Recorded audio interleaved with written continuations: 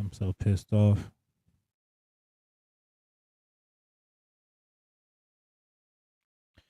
I'm so pissed off. Whole system acting like just super glitchy.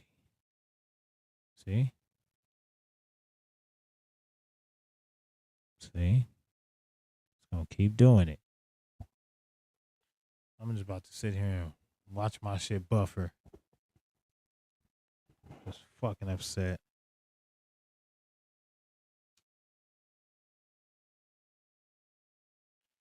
Yep. That's how it happens. That's how it goes.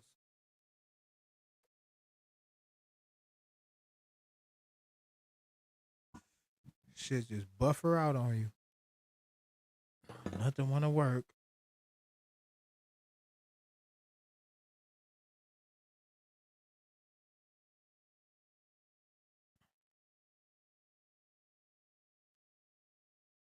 Nothing wanna work.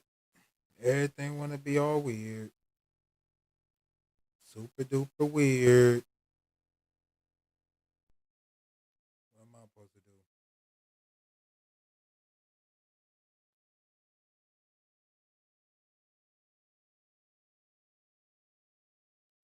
Chat. What am I supposed to do? Let me get the damn mic out my face. Let's start with that. There you go. Glitchomania.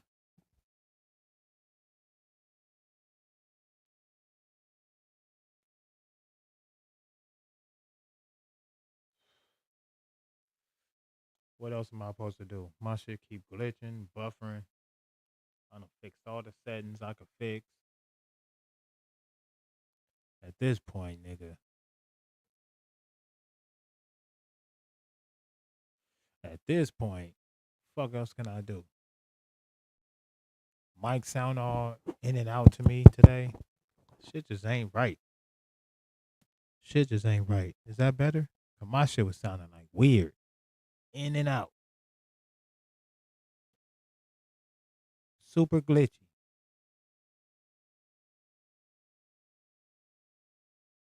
My shit was sounding super glitchy. Yeah, fuck all that. Let's play some gangster shit, man. I can play some shit from my phone.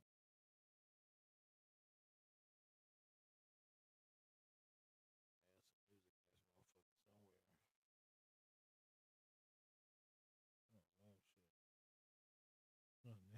Shit. I don't know why I keep looking at this phone for the music, knowing it's not in here. There you go. My shit glitching out, glitching in. That shit pissing me off. Hopefully the Wi-Fi get its act together and we can stop glitching out.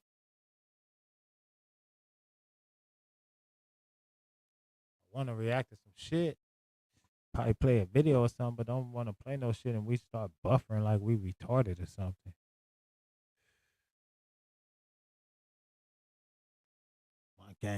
My gang ain't signed up for all that. They ain't signed up to see me over here glitching out. No cap.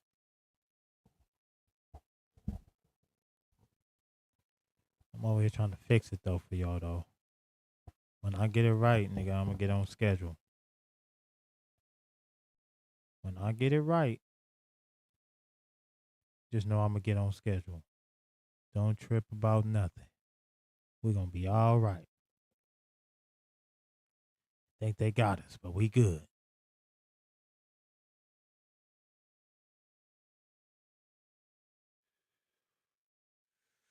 It's like that, man. That's what it's like when you do a live show, man. You gotta deal with all the bullshit. Gotta deal with all the bullshit, bro. Hopefully, I think we good though, man.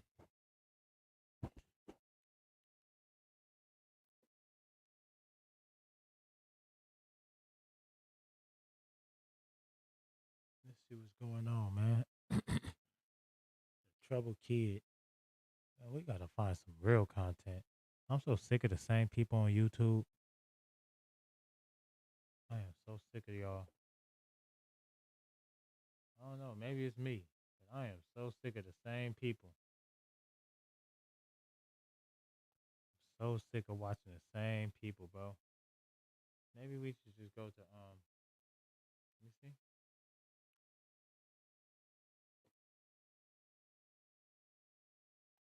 I wonder if it's something on here I haven't watched.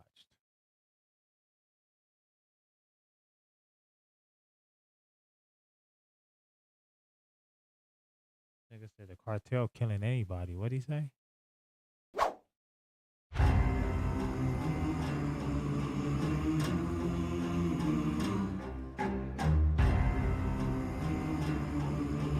John, I had not heard about your story until it was either right before Jorge Ventura came in here, or I think it might have literally been when we were on air. That day. Yeah. It be niggas like this. It be these niggas, y'all. Hold up. I'm telling you, it be these niggas, bro. So I don't like fuck with them. It be always these same niggas. Turn this shit up. These same niggas. I'm telling y'all. Be these same niggas. They always tweak out on us. Yeah, he was telling me about this. I think we recorded like the end of July. Okay. And what an oversight, because holy, you've been in the middle of this for a long time, my man. Yeah, it's been a long run, and I actually heard about you for the first time from Jorge as well. Love that. And dude, you've been blowing it up, doing great stuff. I'm glad to see this podcast doing what you're doing. You're wired so right, and it's an honor to be on the show for one. But we got to give a big shout out to our brother Jorge. Absolutely. He and I have done some fantastic work together, and Sognick, who kind of brought all the production behind the scenes. And you heard a couple stories in his episode of the madness we ran into in Siskiyou County, and I've probably got a few more we'll talk about today potentially. But thanks to our brother, he's doing good stuff out there as well. Absolutely. He's really impressive. I mean, that dude, there's some people who like to put their fingernails in the dirt, and that makes them really great at their job, and there's no doubt he's got that gene. Like, you know, it actually kind of reminded me, like, once I knew your story, his story's very similar. Like, when he went to make the first documentary that you were involved with, where he, like, bumps into this scene of, like, giant cartel plantations run by Chinese in California. He's like, what Crazy. the f-? And you working at, it used to be called the California Game and... We used to be the California Department of Fish and Game, and then we changed to the California Department of Fish and Wildlife. Trying to get the cartel shit. Hold on. Let me find the cartel shit, y'all. That's what I'm on today. Let's get to the cartel shit. Let's talk about the cartel. If y'all down, I'm down. Fuck it. We're going to talk about the cartel. Nigga. Cartel wars. I ain't got shit else to talk about. Shit. We just kind of winging it tonight, y'all. But we not about to talk about these niggas. That's what we not about to talk about. So I'm about to just go live and talk about you know, some gangbang shit every time, nigga. What is this, man? We gotta find some shit we can watch without getting copyright, because these niggas be hating nowadays. Yeah, you know, fair use.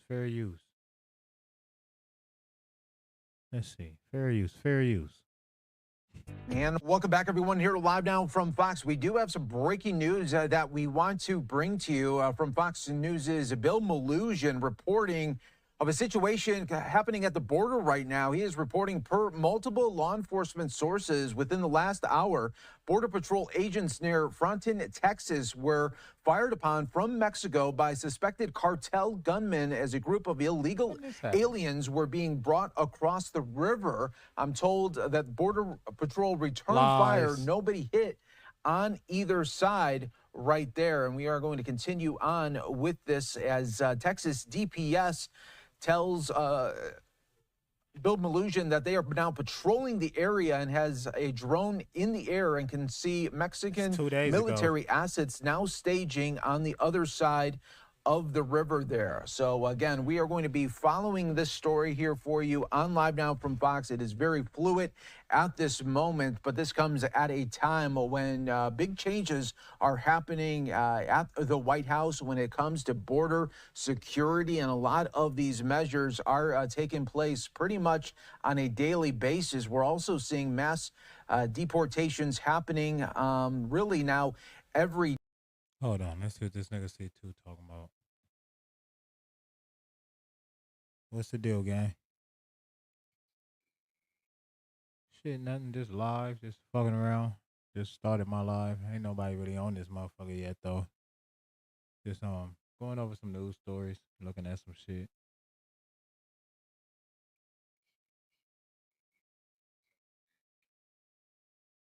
Yeah, man, you good?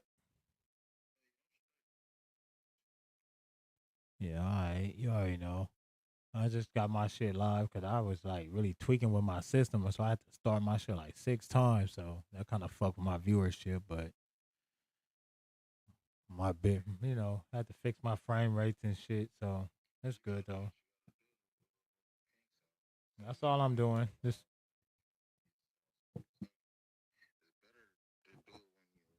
before your viewership get up, then how your shit going, and then it be running bad content. right, correct. I'm gonna start doing a lot of more pre-recorded shit too, though. So I'm gonna put it together.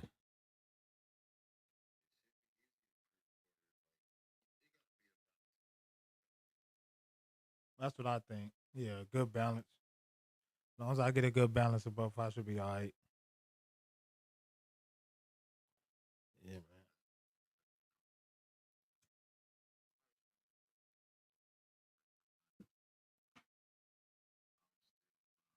You gotta get used to talking to the phone, talking to the camera when nobody's there. Right. That's the thing. Talking to nobody. But I think streaming kind of like got me used to it, so I start doing it more. Feel me?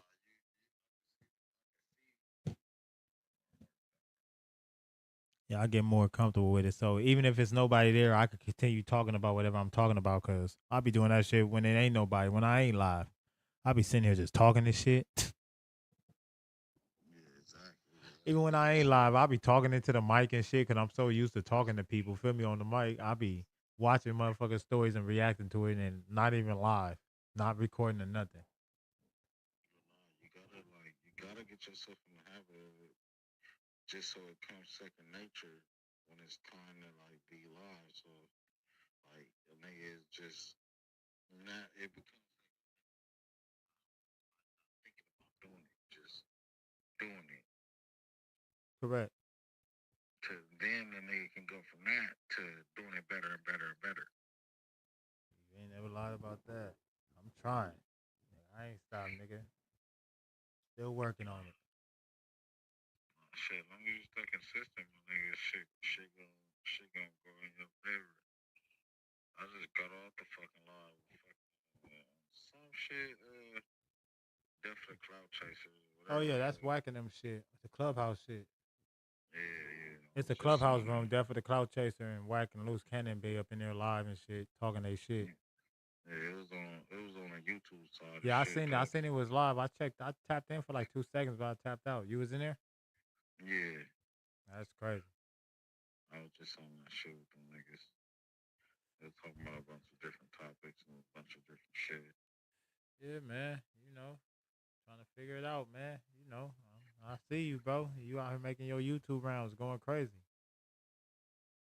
Shit, I'm just trying to get in where I'm feeling. Ain't none of this shit added up to no fucking residuals yet, so I ain't giving a fuck about it quite yet.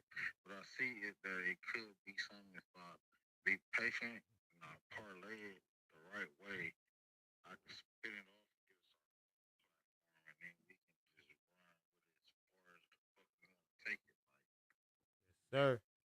Man, we go, cause we gonna come together. We gonna come together and put our shit together, bro. You know how we gonna do it. Like how I got, there's so many different sides and layers to the shit that he got going on. There's so many different spaces and opportunities for people to feel. Right. Like the structure of it, like that's what I mean by get my own platform. And it's like, shit, we got so many different spaces. You over there learning, huh? Yeah, I'm just analyzing the game. Like,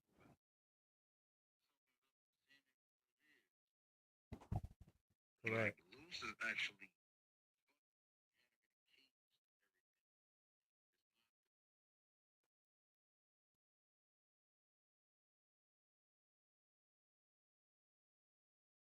Correct.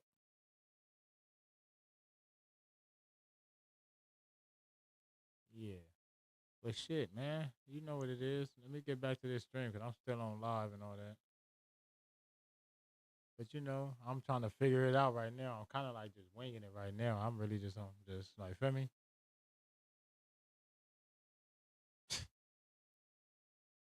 You already know, fool. But I'm gonna tap in. By the way.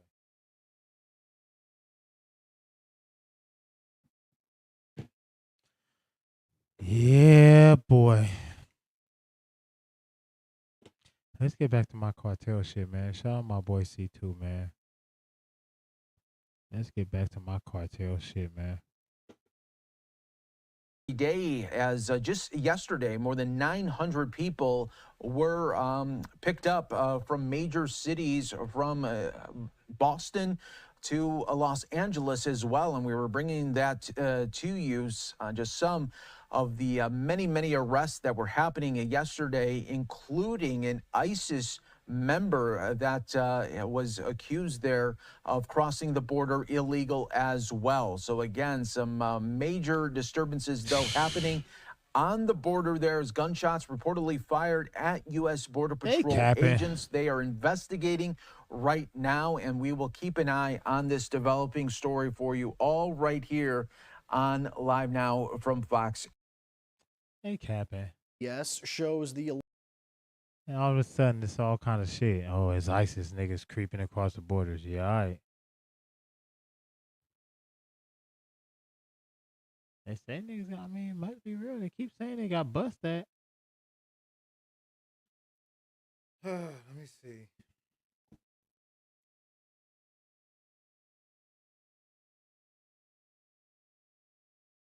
And welcome back, everyone, here live now from Fox. We do have some breaking news.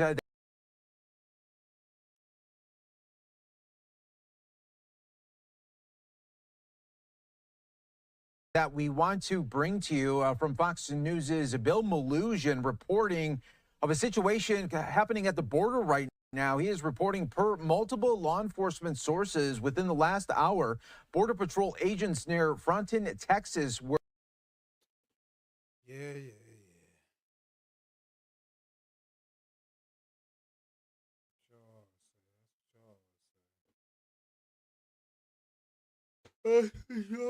Sorry.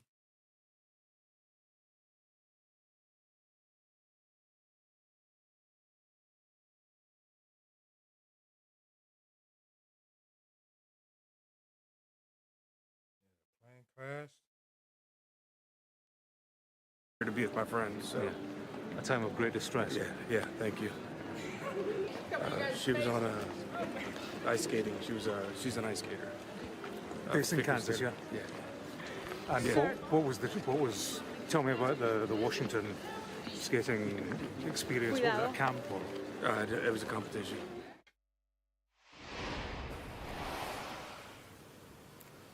So, James, that was someone that you managed to catch up with in the airport, heading straight from work to be with friends who were waiting for that aircraft to land. It was just seconds from landing, wasn't it, when the collision happened?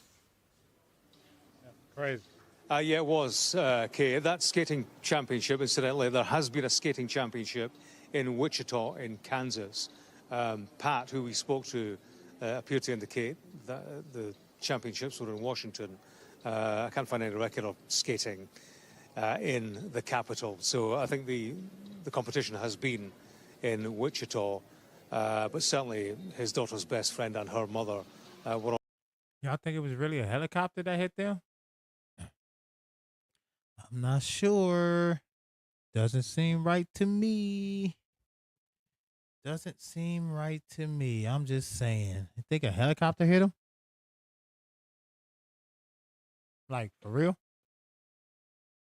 on board the aircraft. He's inside now, receiving details of the ongoing situation. But yeah, I mean, this plane was minutes, seconds indeed, from landing. It was on its final approach to Ronald Reagan, and as I was saying earlier, it made this amendment to its landing route at the request of air traffic control, and that's what brought it into the path of this Black Hawk helicopter with three military personnel on board. It's very quiet here, as you can see, Kay. This airport is closed until mid-morning tomorrow. If you look at the signs, that gives the reasons why. Due to an emergency situation, all flights are being held on the airfield. Other flights that were due in at Ronald Reagan, they've been diverted to Dulles Airport, the other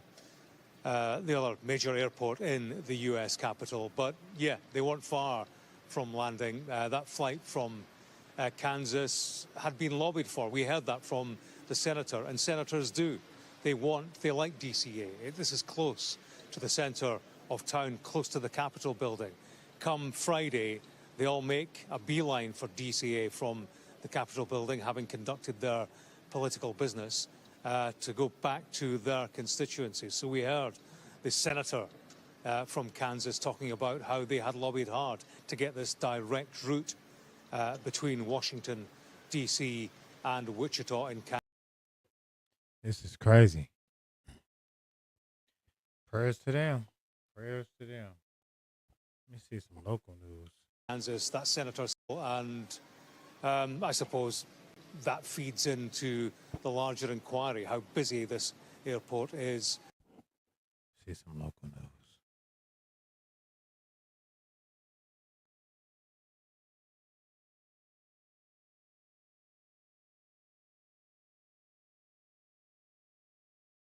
Let's see. The White House saying a federal funding freeze remains in effect tonight despite earlier rescinding a memo from the Office of Management and Budget, which halted grants and loans. All of this amid a flurry of legal challenges and after a federal judge temporarily blocked the freeze. With more, we are joined by Democratic Congressman Robert Garcia of Long Beach. And Congressman, welcome. We appreciate your time.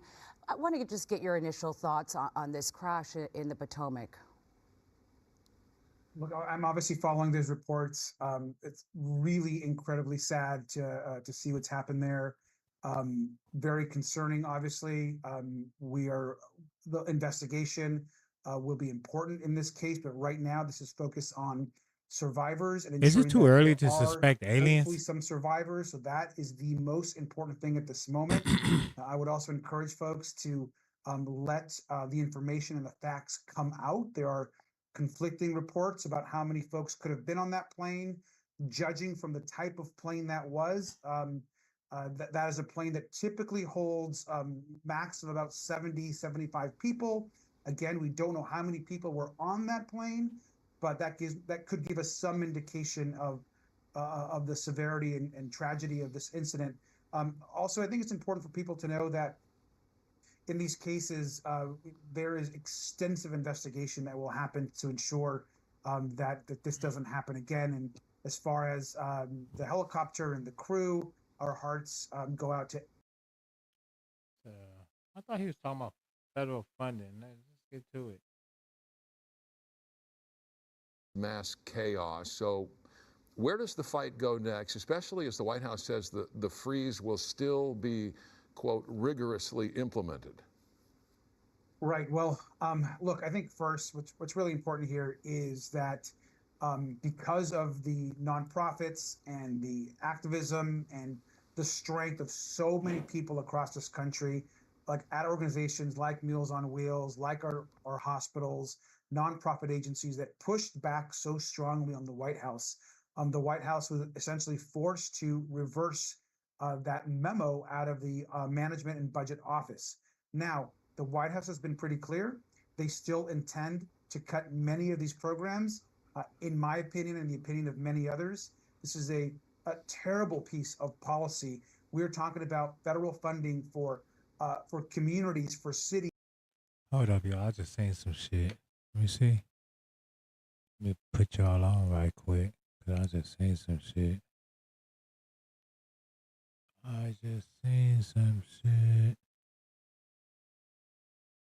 Yep, that's it. That's exactly what I just seen. Philly rapper drops a music video in jail. Wow, what?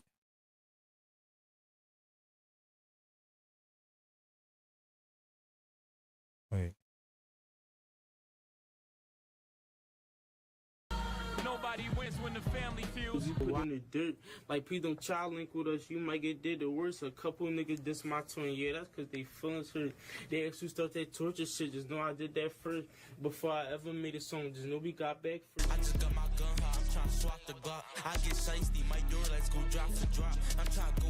Is learning new details about the shooting that killed 3 people and put another in the hospital. First breaking. Yeah, now we're told the victims were all young people in their teens and early 20s. Problem, and something needs to be done. Rodlina Sales arrived home from work this afternoon to find her lawn crest street blocked off with crime tape. And investigators hard at work processing a quadruple shooting that left 3 dead and another injured. I'm shocked. I thought this was a pretty decent neighborhood. One individual on the sidewalk that's suffering from gunshots, one individual on the porch, and another individual inside of the property. Them niggas thought they was our friends, them niggas still wrong. Like, young boy, get that shit up or you ain't going home. When it comes to Philadelphia, it's a lot to look forward to. Thriving platforms, like $1 million worth of game, one game away from winning the Super Bowl in 2025, and some say the home of brotherly love.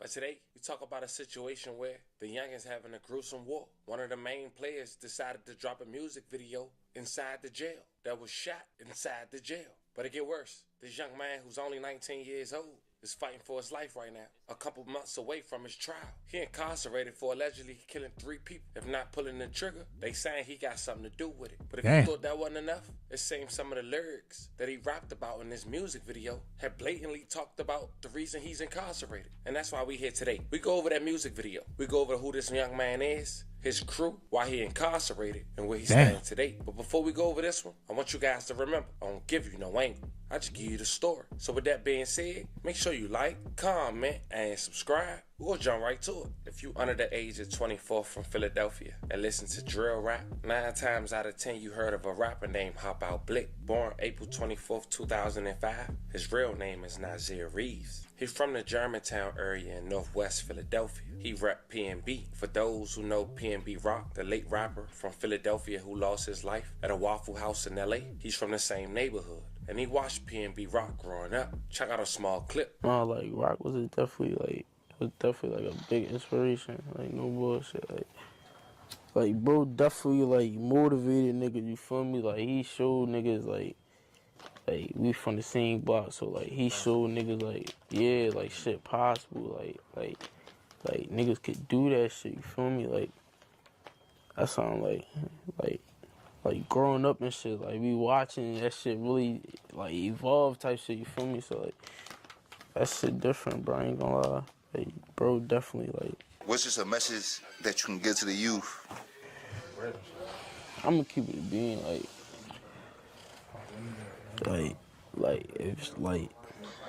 to all the little niggas out there like that fuck with me like if y'all really fuck with me like don't hop in the streets like real shit, bro. Like that shit not thorough, bro. Like don't let a crowd influence y'all. No bullshit. Like don't let nobody influence y'all to do some nut shit that y'all know. Like you feel me? Like go to school, bro. Real shit, bro. Like this shit ain't fun, bro. This shit scary.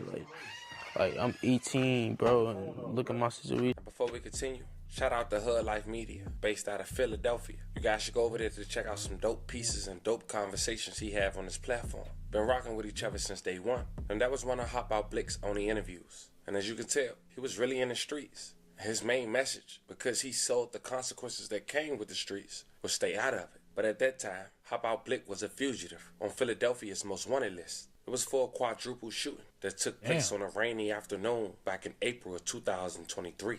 Philadelphia police were called to a row house on a 5900 block of Palmetto Street and found the wild crime scene, to say the least, with bodies of 3 teenage boys. The youngest victim was 14 years old, who went by the name of Salah Fleming. He was in the living room and shot 4 times. His best friend, 17-year-old Malik Ballard, was also collapsed on the sidewalk in front of the house, shot 3 times. And Khalif Frizi, he was 17 years old, shot and was laying on the front porch. All 3 were deceased. May they rest in peace. A love of condolences to their families. Apparently, the killing was a result of a gun swap gone wrong. On that afternoon of April 28, 2023, a group of young men from North Philadelphia were meeting at a house on Longcrest with the crew from Germantown, known as P&B, who's also referred to by the youngins as the Torches. According to authorities, the plan was that both sides would bring guns and swap them, a common practice among people involved in crime to get rid of dirty firearms that had been used in shootings. Also, according to authorities, PBC, aka the Torches, intended to rob the other side of their weapons and cash. But unfortunately, something went wrong, and shots rang out from both sides. 3 teens were killed. A 16-year-old was also injured. Now, eventually, Hop Out Blick was wanted, along with the guy named Tyree Lennon, 23 years old, and his cousin, Tahaj Lennon. But while on the run, Hop Out Blick had to drop more music, and he also mentioned some lyrics that insinuate what happened, and also played in court. It was a song titled Shake the Switch, with over 500,000 views and counting. Quote, I seen Switchy, right there bloody. He was not alive, end quote. Prosecutors say that's a nickname for Khalif, who lost his life during that gun swap. No, they didn't bed with that switch. He hit his dance and he popped out a new drip and then we left his shit bloody. Yeah, Johnny, we're talking about 8th graders who should be looking back at their final memories from middle school with fondness, not sadness, but that's the reality for some kids here in Philadelphia. And today was all about trying to help them heal.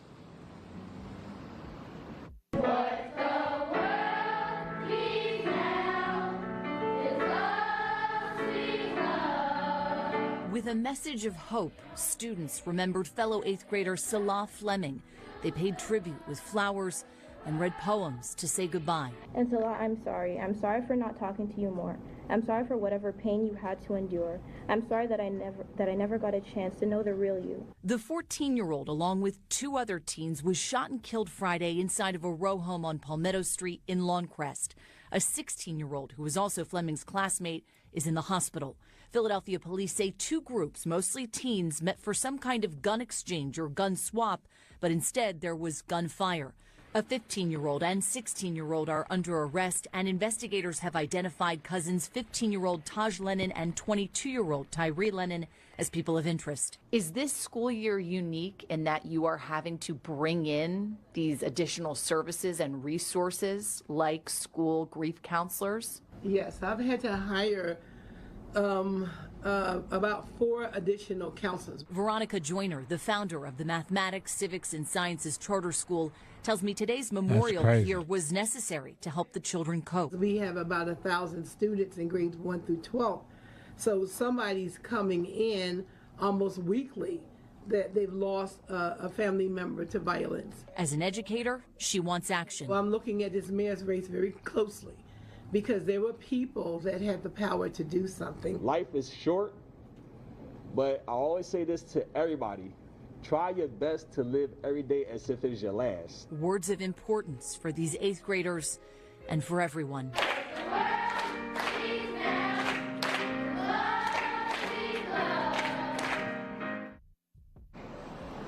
Psychologists have been available to the students all week long. They will be back tomorrow. They'll be here for the students, and then there will also be a focus on helping the teachers. Reporting live in Spring Garden, I'm Rosemary Connors, NBC 10 News. Now at this point, people was in disbelief, especially his fans. But Hop Out Blick would have another trick up his sleeve while incarcerated. But until then, he eventually got apprehended. And during his bond hearing, his song Shake the Switch was played, where according to prosecutors, he was rapping the song under his breath. But nonetheless, he was hit with no bond. But after being incarcerated for more than a year, Hop Out Blick would drop another song with some more lyrics that put him, allegedly, at the place of the crime, with the music video shot while incarcerated. Not to mention, he's set to go to trial in 6 months. Now, so we clear, he incarcerated at Kern Fromhold Correctional Facility, which is where the music video was shot inside his cell, alongside an inmate with his face covered with a shirt. The song titled, I'm Still Alive, released less than 24 hours of me doing this video. Hop out Blick dressed in an orange jumpsuit, raps at the camera, his reality clearly visible in the background. The dirty cement walls and the metal toilet, a bucket filled with yellow liquid. He incarcerated, but this track managed to get over 30,000 views and counting. As he rapped, they put murders out on me. I'm still in the hood. They thought we was locked in, but they thought wrong. Like, young boy, get that up or you ain't going home. And of course his fans thinking he talking about the meetup for the gun swap. And that's why he incarcerated, waiting to go to trial. Them niggas thought they was our friends, them niggas thought wrong. Like, young boy, get that shit up or you ain't going home. It's a crazy story, man. 2025, you think we saw it all. We ain't seen nothing yet. It's a lot going on. You'd have thought this man to be humble, but I guess he feel like he already cooked, so he doing the most. Now, this is the same facility where 2 correctional officers were charged and indicted for bringing in contraband for thousands of dollars. And I can only assume those are one of the cell phones that was brung in. Every deceased person talking about it was aim up. Once again, rest in peace. And I'm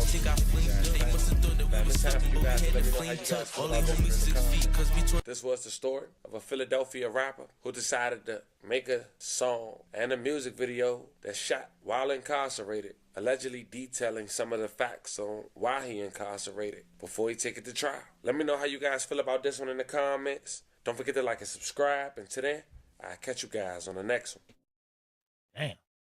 Nigga shooting a video in prison is next level now. I think a couple of niggas done did it. I think a gang of niggas done did it now. It's next level, but I think after this point, a couple niggas done did it, right? Is something I'm missing? Shit. I mean, maybe because he was talking about the crime he in there for. Maybe that's what made it go viral. Maybe because he was talking about the crime he in there for. That's what made him go viral. An urgent warning for people traveling back and forth from Mexico. Officials say cartel members near Brownsville have been placing explosives along the roadway. The News 4 I-Team's Jordan Elder found out who they're targeting and why officials in both countries are urging you to be careful. Don't touch, don't move, don't manipulate.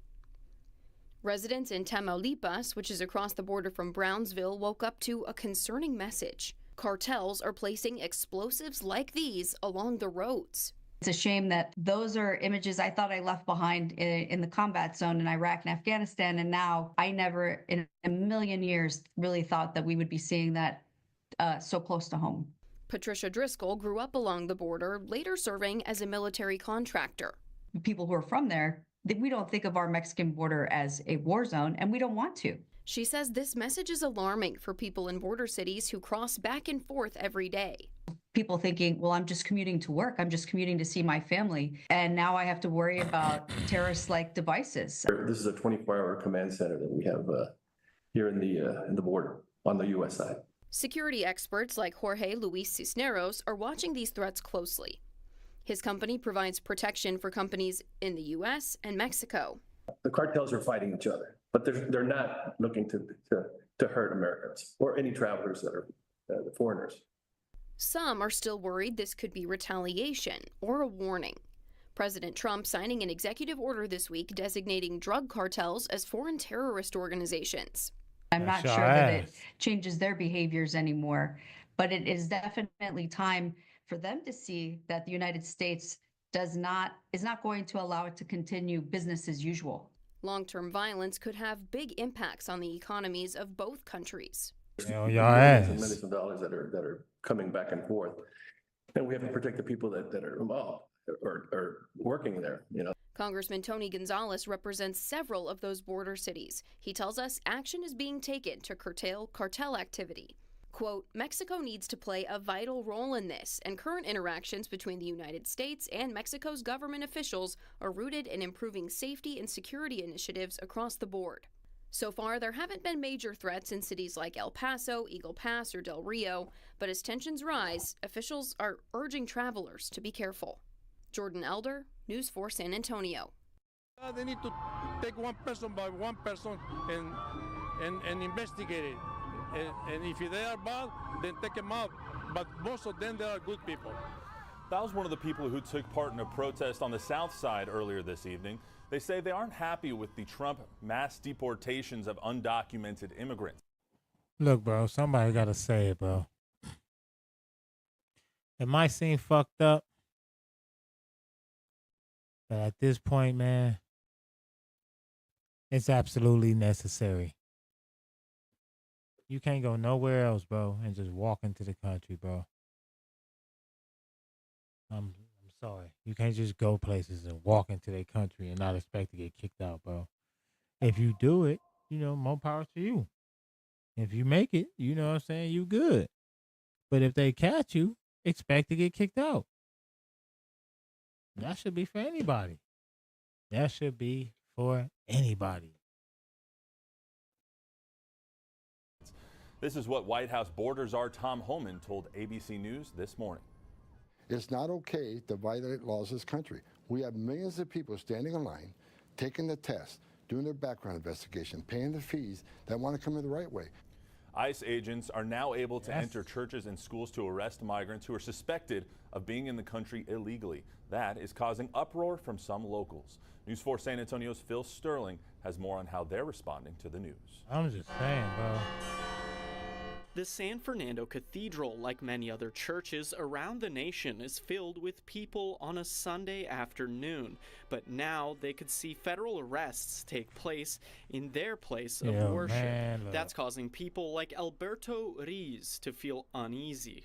I thought the church was sacred, you know? Churches used to be considered sensitive areas during the Biden administration, but since President Trump retook the Oval Office, that has changed. Ruse says he understands the country needs to protect its borders, but also feels sorry for those looking for a better life. It seems like every 4 years we have something that changes.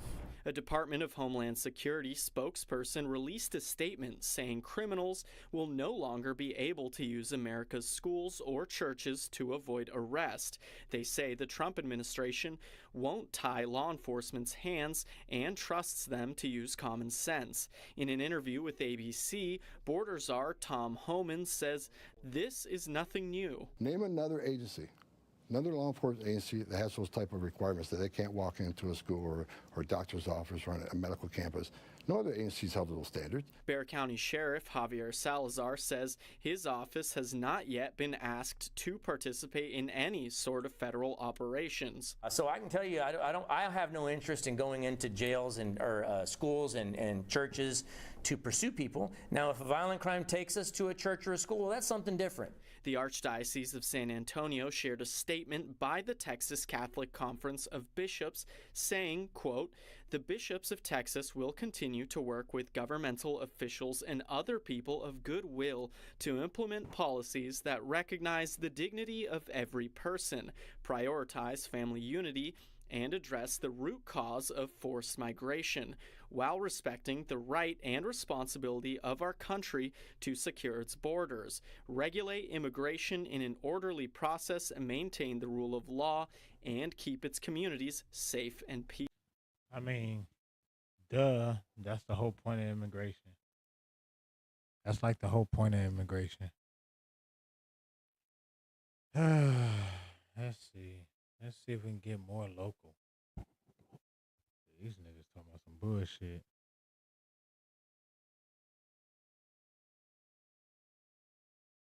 Come on, bro. Y'all just lying. See this? Niggas is beating up the Waymo.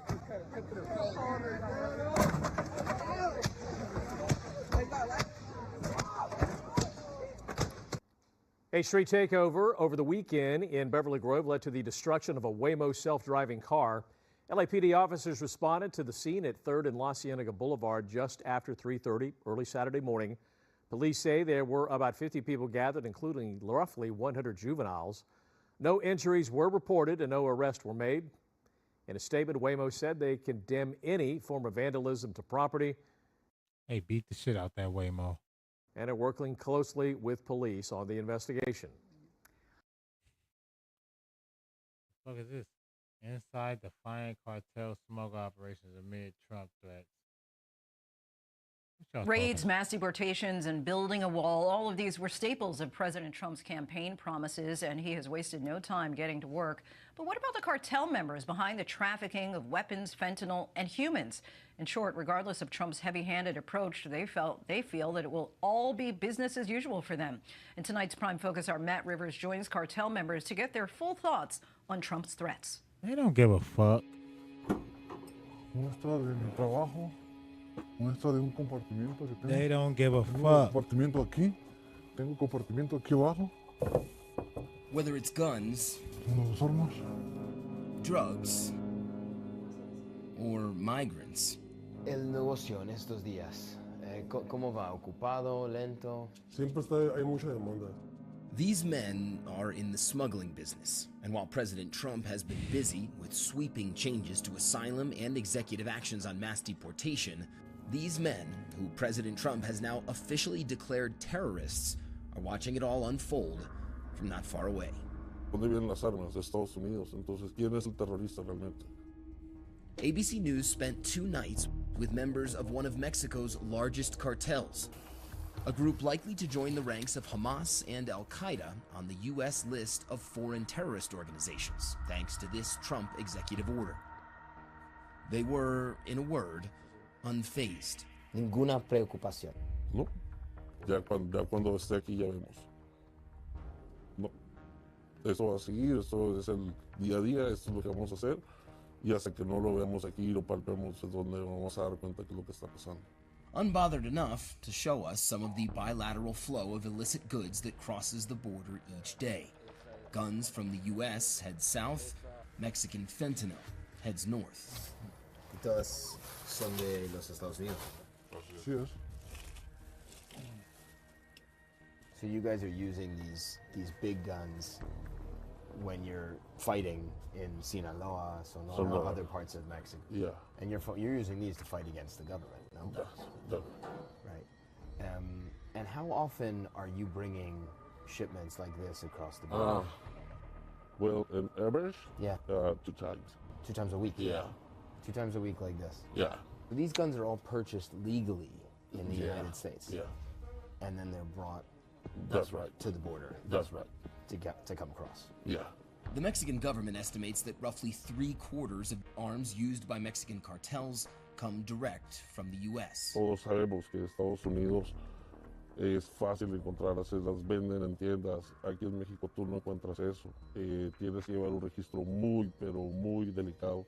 No a cualquiera se le aprueba de este tipo de armas y a no cualquiera se las venden o les dan la licencia. Y en Estados Unidos, sí. President Trump has not publicly been very concerned with American guns going south, but he is extremely concerned about the fentanyl flowing north. In Mexico, lucrative fentanyl smuggling has fundamentally changed the drug game. These small packages, no bigger than a sandwich, worth so much.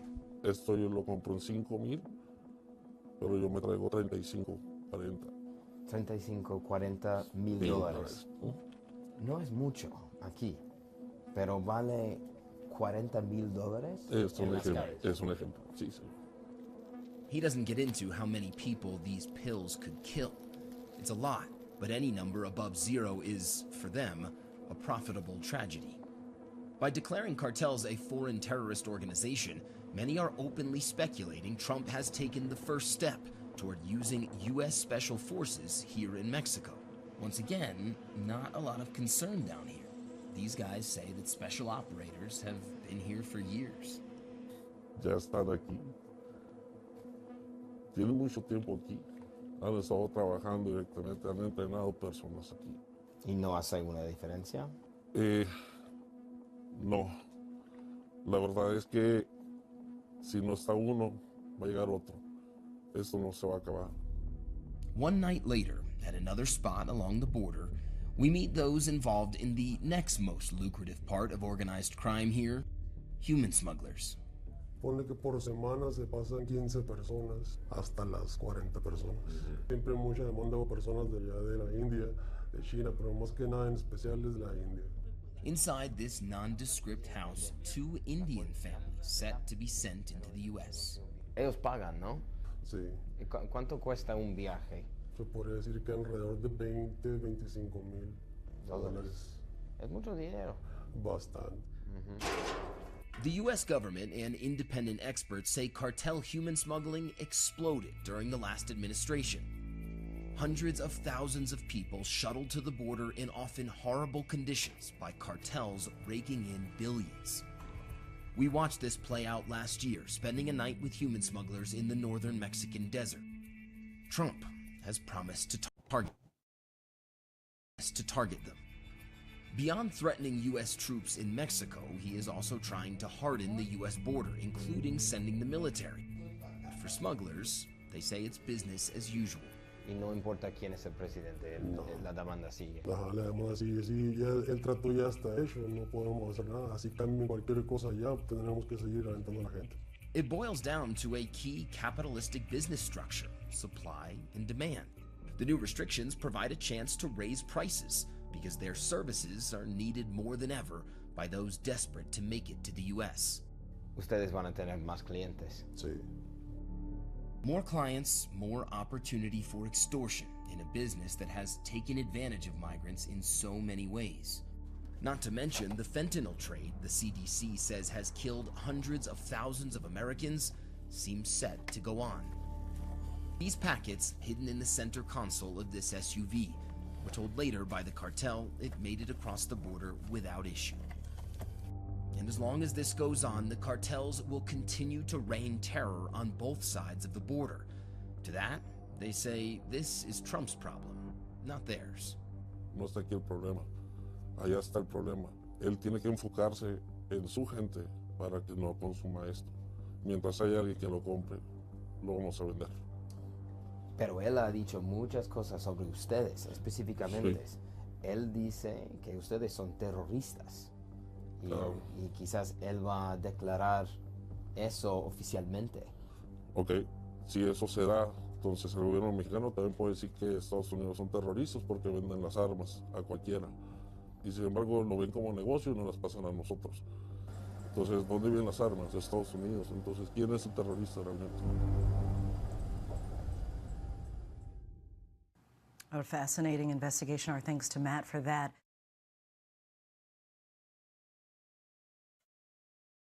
Interesting.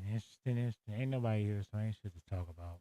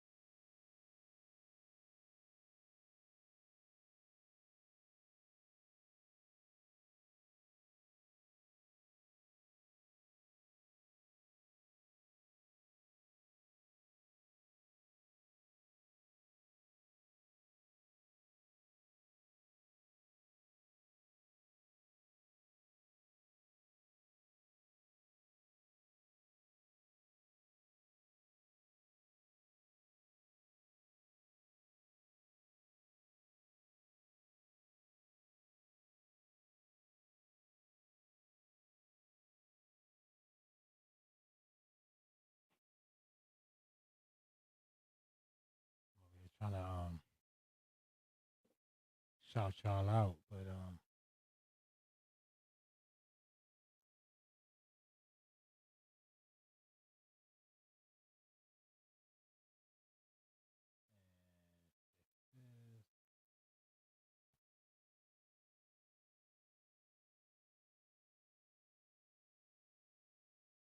and that way our shit is fixed.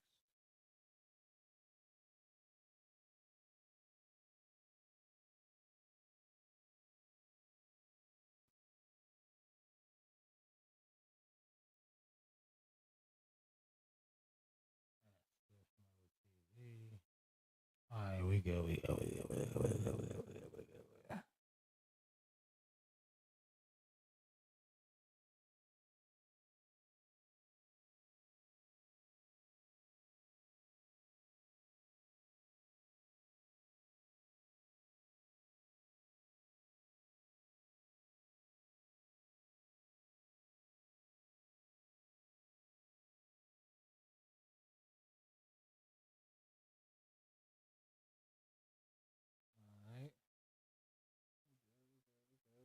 We good. We good. I ain't doing shit, y'all. I'm just here working on some shit while live, so I ain't doing shit.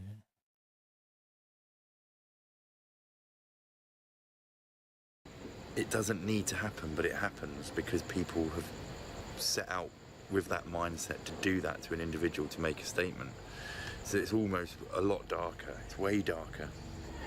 People talk about hope and how we can stop the violence, but they've got hundreds of Marines, hundreds of Army, hundreds of Federal Police, hundreds of municipal police, and they're a long way off from squaring this shit away. And from what I've seen, Mexico won't be winning the war on drugs anytime soon.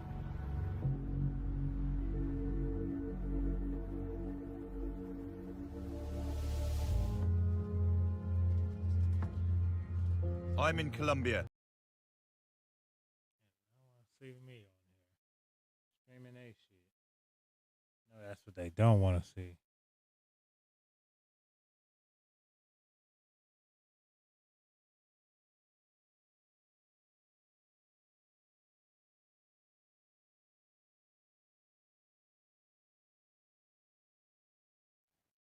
What's going on with this nigga? Dirk's still in jail? That's crazy. Cast on the news for the whole world to see. New details tonight in a deadly shooting near the Beverly Center. We've learned the victim is a friend of rapper Quando Rondo. Video from the scene appears to show Quando Rondo distraught while first responders move the body. So far, no arrests have been made. It all started at this mobile gas station at 5:30 Friday evening. LAPD says witnesses heard multiple gunshots, then watched a couple cars zoom off. 3 people in one car shot at this black Cadillac Escalade. It's unclear if those inside shot back. Deputies found it peppered with bullet holes and a shattered window. One man inside, a member of Rondo's entourage, had been shot. The 23-year-old was taken to the hospital where he died. A scene left with remnants of the fight, shoes left in the street, doors flung open. Shots fired, a fight taken to the streets, and this chaotic scene, the ending of a shooting that started in Los Angeles, California. Sheriff's deputies pulling out a man who had been shot in an SUV.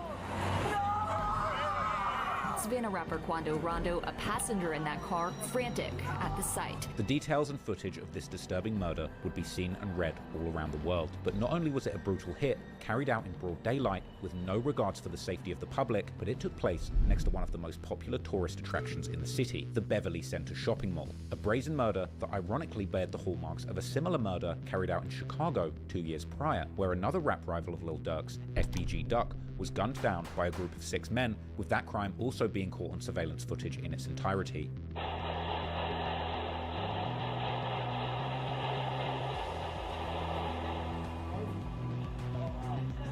Once again in broad daylight in a busy tourist hotspot, a high-end fashion district, with the murder happening right outside the Dolce & Gabbana store.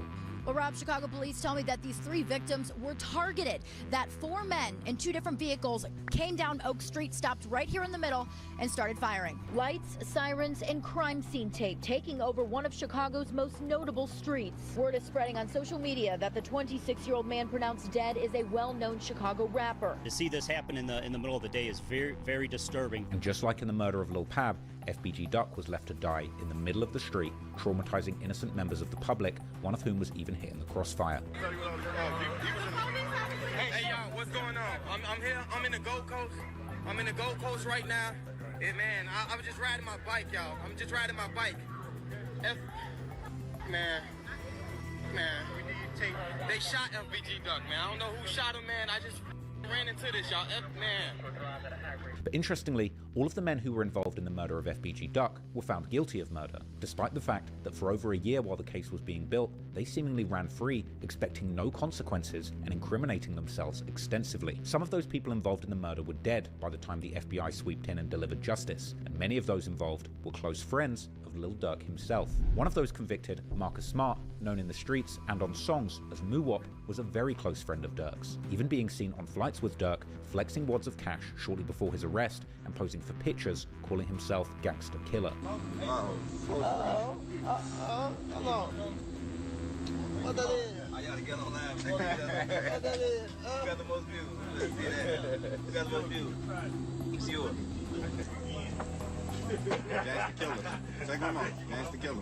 All of this isn't a good look for Dirk, but the most important piece of the puzzle is another infamous figure in the Chicago gangland, as well as its buzzing drill music scene, infamous Black Disciple member and apparent leader of the O-Block faction of the gang, King Von. Allegedly, Von had orchestrated the murder of Duck and put a six-figure bounty on his head prior to the murder, but this wasn't Von's first time taking a life in Chicago. Von had allegedly killed 7 people in the gang war between the Black Disciples and the Gangster Disciples in Chicago, something that I broke down in detail in a 3-hour documentary on my channel where I actually argued that he indeed met the FBI's definition of a serial killer. Somehow, Von always managed to evade justice, either beating his murder charges in court due to lack of evidence or not being charged at all due to the fact that his murders were usually committed in the dead of night in the slums of Southside Chicago, rather than the broad daylight assassinations that his friends would later carry out in front of the public. King Von was one of Lil Durk's best friends, and when Von beat his last murder charge at the end of 2017, he decided to follow in Lil Durk's footsteps, becoming a drill rapper too, and openly rapping about the many murders he'd allegedly committed. Von's raps, openly bragging about real murders he'd apparently committed,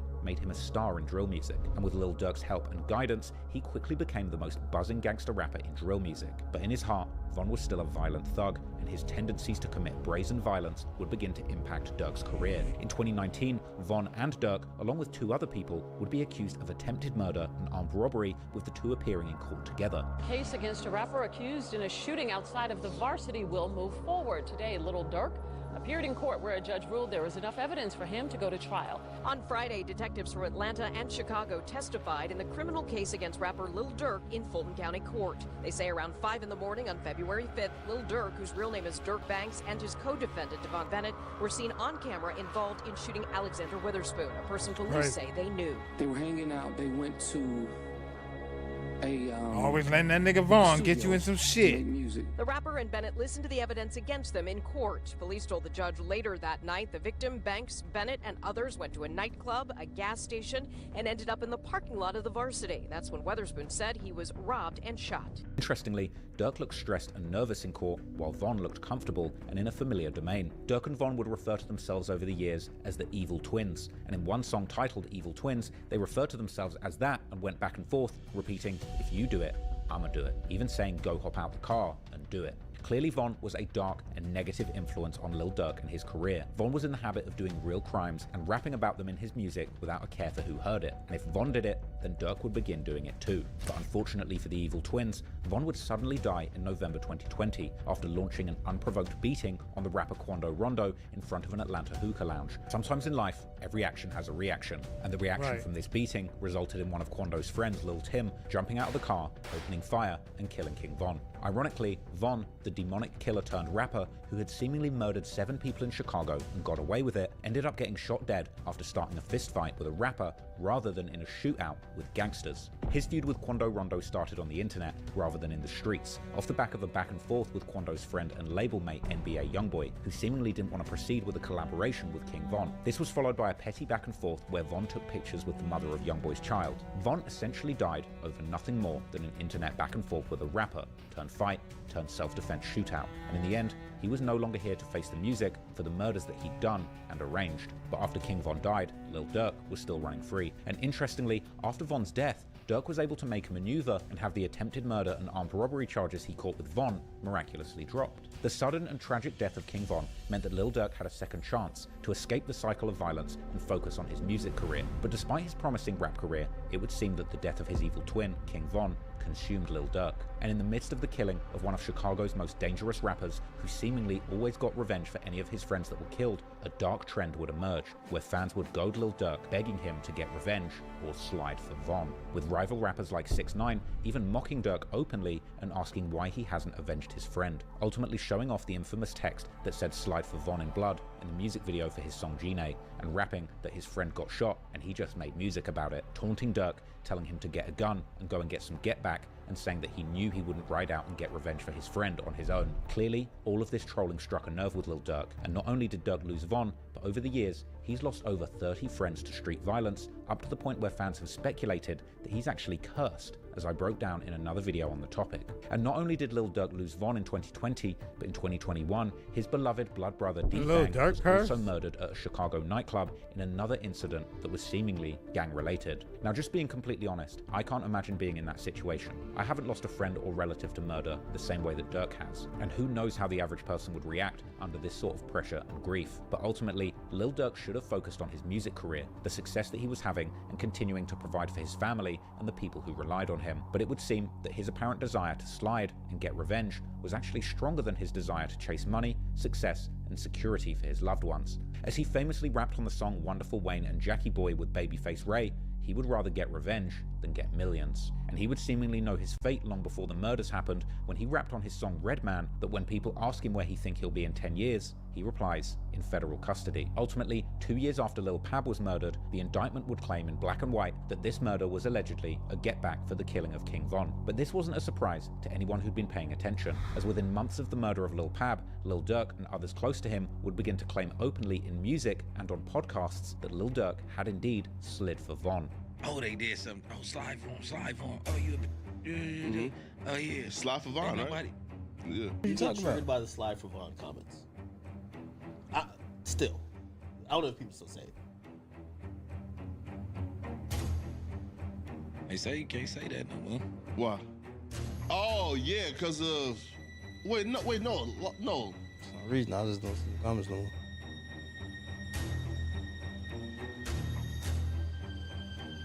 Some odd reason. I don't know. Might be the water. You can't say that no more. Oh, because of FBG Cash? Or who? Yeah, though. We different in Iraq. Nah, because Lil Pab. I feel like you troll right now. No? I never troll him. Nigga said, I feel like we different in Iraq. We had it already. So you're not condoning more violence. Damn. What? Everybody you talking about don't matter. In fact, just 4 months after the murder, Lil Durk and his OTF rap collective and label released a project titled Loyal Bros 2. And while many people missed it at the time, this entire project was wall-to-wall with jaw-dropping self-incrimination, not just from Durk, but his friends and label mates. In fact, when the indictment dropped, reports would soon begin to spread of an unidentified co-conspirator who had allegedly organized this murder and offered lucrative music opportunities to the other suspects. It could very well be the case that Lil Durk had actually offered his subordinates verses and feature opportunities in exchange for carrying out real murders. Unfortunately now, Lil Durk is charged with murder for hire in the case of Lil Pab, but the dark truth is, this very well may just be the tip of the iceberg. And ever since the paperwork dropped, there's been intense speculation as to whether this was a one-off incident or had Durk actually spent several years using his power, status, and money to have numerous enemies murdered before rapping about it in front of the whole world for everyone to hear. The fact is, there's a total of 6 high-profile murders that Lil Durk is rumored to have orchestrated. So today, we're going to be taking a closer look at those cases to try and work out once and for all whether Lil Durk was really the mastermind behind this series of gruesome murders. That nigga's trying to put one of them Chicago niggas down. I'm from Chicago, Illinois, man. Lil Durk, Inglewood area, whole city, man. I'm saying we out here rapping, doing our thing. I got a big buzz, man, trying to stay tuned, get rich. I'm just a young, I'm 17 years old. Tell me a little bit about Inglewood. You know, over now, where all the murders and all that happening right now. I mean, Newski. They left his ass right here. One of the other interviews, you said that your dad was caught with like $8 million, 6 bricks. Yeah. That's why I want to be just like him. Damn. So, Dirk Banks, also known as Lil Durk. It brings me great honor and pleasure as the mayor of the village of Broadview to present this key. What made you want to sign him? Monster. You got a name. King Von, King Von. What made you want to sign King Von? Because he got a whole story behind it. And so on behalf of the village of Broadview, we are honored to present this key to the city, to Dirk Banks Neighborhood Heroes. This key is a token of our appreciation for your collaboration and partnership. On the road again, back on the road again, we catch you You through. We get you. You through. Against a rapper accused in a shooting outside of the Varsity will move forward. Today, Little Dirk appeared in court where a judge ruled there was enough evidence for him to go to trial. I have nothing to add. Duck was a threat, gang, with the music, for real, for real. He's gonna be a problem inside this industry for us. We gonna be forced to hit it. We gonna be forced. 4 men in 2 different vehicles came down Oak Street, stopped right here in the middle, and started firing. That's a Chicago rapper, man, by the name of FBG Duck. Shot. No, they got 63rd. Some dirty. If we into it for real, like, not no faking to it. If we into it, I don't know. Cause they be thinking, yeah, it's a lot of faking to it going on. But if we into it, you say we into it, you better, I swear to God. Dante Banks was killed when he was shot in the head. Banks is the older brother of locally known rapper Lil Durk. So we thank you and we honor you and we appreciate you being in the village of Broadview. And here's your key. Yes, sir. Durk was embroiled in some eternal, I need you off of this earth beef. That's different. Because of what? Of course. Not only that, he needed the guys who killed his brother off this earth. Because I gave my brother killer, but you know, I understand. I understand what y'all going through.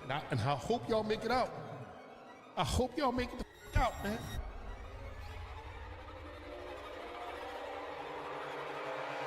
Well-known Chicago area rapper was killed in a drive-by shooting early this morning. He raps under the name FBG Cash.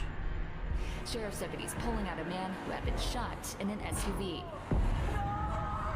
Chicago rapper Lil Durk could be linked to a second murder-for-hire plot. Images of the gunman who shot and killed Stefan Mack in 2022. Grammy Award-winning Chicago rapper Lil Durk is facing new charges in a murder-for-hire plot. I read it. I don't know. Might be the water. You better have your gun for me. Better have your gun for Boom. Better have your gun for C. You don't believe me, you gonna see. You gonna end up by that tree. Know that we did it. If he is convicted, Durk could spend the rest of his life in prison. They know that we did it is wild. Lil Durk, real name Dirk Devontae Banks, was born on October the 19th, 1992. According to his mother, LaShonda Woodard, who has written a memoir about her life, Dirk, or Tay as his mother called him, shorthand for Devontae, was a problem child from early on, who just couldn't stay still and was always getting into trouble. Dirk and his 2 older siblings, his big brother Booney, better known as OTF D-Thang, and his big sister, Tuta, were not planned children, but rather, as his mother explains in her memoir, she would barely even know Dirk's father when she would get pregnant unexpectedly with her oldest child, D-Thang, while they were both still in high school. And even after that, while Dirk's father, Dante Banks, aka Big Dirk, would help to provide for her and the kids, they were never officially together as a couple, even as she kept becoming pregnant due to failing to use contraception. And to make matters harder, Big Dirk would end up getting locked up on serious charges when Lil Durk was only about 7 months old. Failing to use contraception. For a major drug dealing operation in 1993, allegedly operating under the Gangster Disciple Nation, or GDN, and even having ties to the infamous founder of the gang himself, Mr. Larry Hoover, whom Big Dirk would allegedly refuse to snitch on, ultimately winding up getting himself a life sentence that he would serve for over 2 decades, before successfully appealing his sentence and getting released in 2019, something which I discussed in detail in a deep dive video about the man, which you can go and watch if you want the full story on Big Dirk. But anyway, Lil Durk and his family would spend his first years living in his grandmother's house and his mother's childhood home in the infamous Inglewood neighborhood, an address that would later become famous, being the name of his 7th studio album, the 7220 South Halsted Street. The family would get another addition in 1997 when Dirk's mother gave birth to his younger sister, Tania. Sometime after that, the family would move to a Section 8 3-bedroom house on Laughlin Street. As a young schoolboy, Lil Durk would attend the Guggenheim Elementary School, located on 72nd and Morgan, a school which district officials would call the worst elementary school in Illinois in 2012 when the school was eventually closed due to its poor performance. According to his mother, Dirk was so out of control as a child that she literally couldn't work because of how often she would be called to the school due to his bad behavior. At only 9 years old, Dirk would apparently even attempt to rob a Harold's Chicken with his mother's gun that he had somehow found, with their neighbor actually then appearing at the family's front door holding Dirk from his collar in one hand whilst holding the gun that they had taken from Dirk in the other. Around the same age, Dirk would also begin often fighting at school and stealing bikes, hiding them in the family's basement so that his mother wouldn't find them. But in his younger years,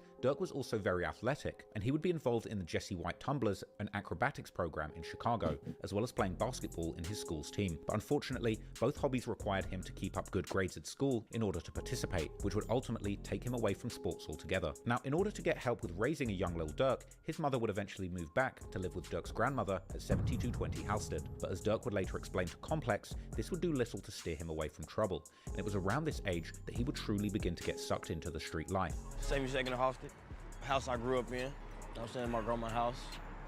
This is where it all started at, you know what I'm saying? Just the rap, the whole stop going to school. That's what we basically hopped out the streets when we came in. We grew up in a 3-bedroom house, really 2. My grandma kept a room to herself. D-thing hit the couch. I had the floor in the back. It just came from nothing, you know what I'm saying? It came from one house, like 10 people. Even days the lights was off. Nah, the worst memories in the motherfucker, not eating shit. That's the worst you can go. Really should have enough rice and toast, like that. Starve, not eating at night. This house gave me intelligence, you know what I'm saying? It showed me to be a man, you know what I'm saying? Nobody won't think about make it out of here. During his adolescence, Durk would become affiliated with 2 gangs from his neighborhood in Inglewood, Lamron and D-Town. Lamron would rep the streets between 62nd and 65th, with their main corner being on 64th and Normal Avenue. The name of the set, Lamron, in fact being normal, spelled backwards. But many members of Lamron would also rep the name OTF, which is now known to mean Only the Family. But OTF might not have always referred to Only the Family, as Durk's label is now known, because some have suggested that it actually originally stood for Only Trey Folks, a reference to the membership of the gang being made up exclusively of Black Disciples, a historic Chicago gang whose hand sign depicts them making a 3, or the Treys, a hand sign that was famously depicted on fellow BD drill rapper Chief Keef's Bang 3 mixtape. The first mentions of this OTF name on Facebook appear to be from around 2010, which is likely why the feds are now also tracing OTF's founding back to that specific year. D-Town, on the other hand, was located directly north of Lamron, their main streets being 59th and 61st. These 2 sets were seemingly extremely close to each other, and they would both rep the number 300, with 3, as I've already mentioned, being an important number for the BDs or Black Disciples that both sets were indeed affiliated with. Together, the 2 sets would go under the umbrella name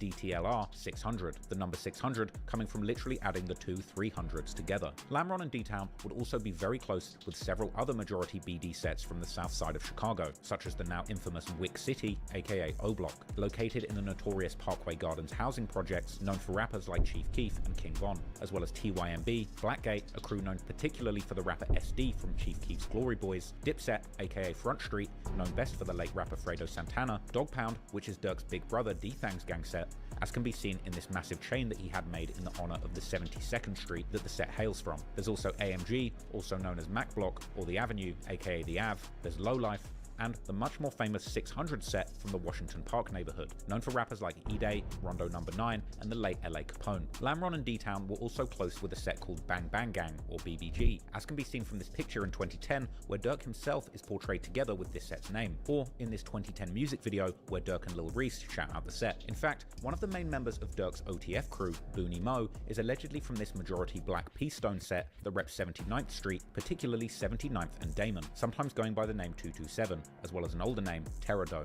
This set would gain an infamous reputation in the 2010s due to their long war with the GD set called Killer Ward, which in 2015 led to a highly publicized murder of a 9-year-old boy named Tyshawn Lee, whose father was an alleged member of the Killer Ward gang. Killer Ward is interestingly also known for being King Von's original hood before he would move to Parkway Gardens or O-Block.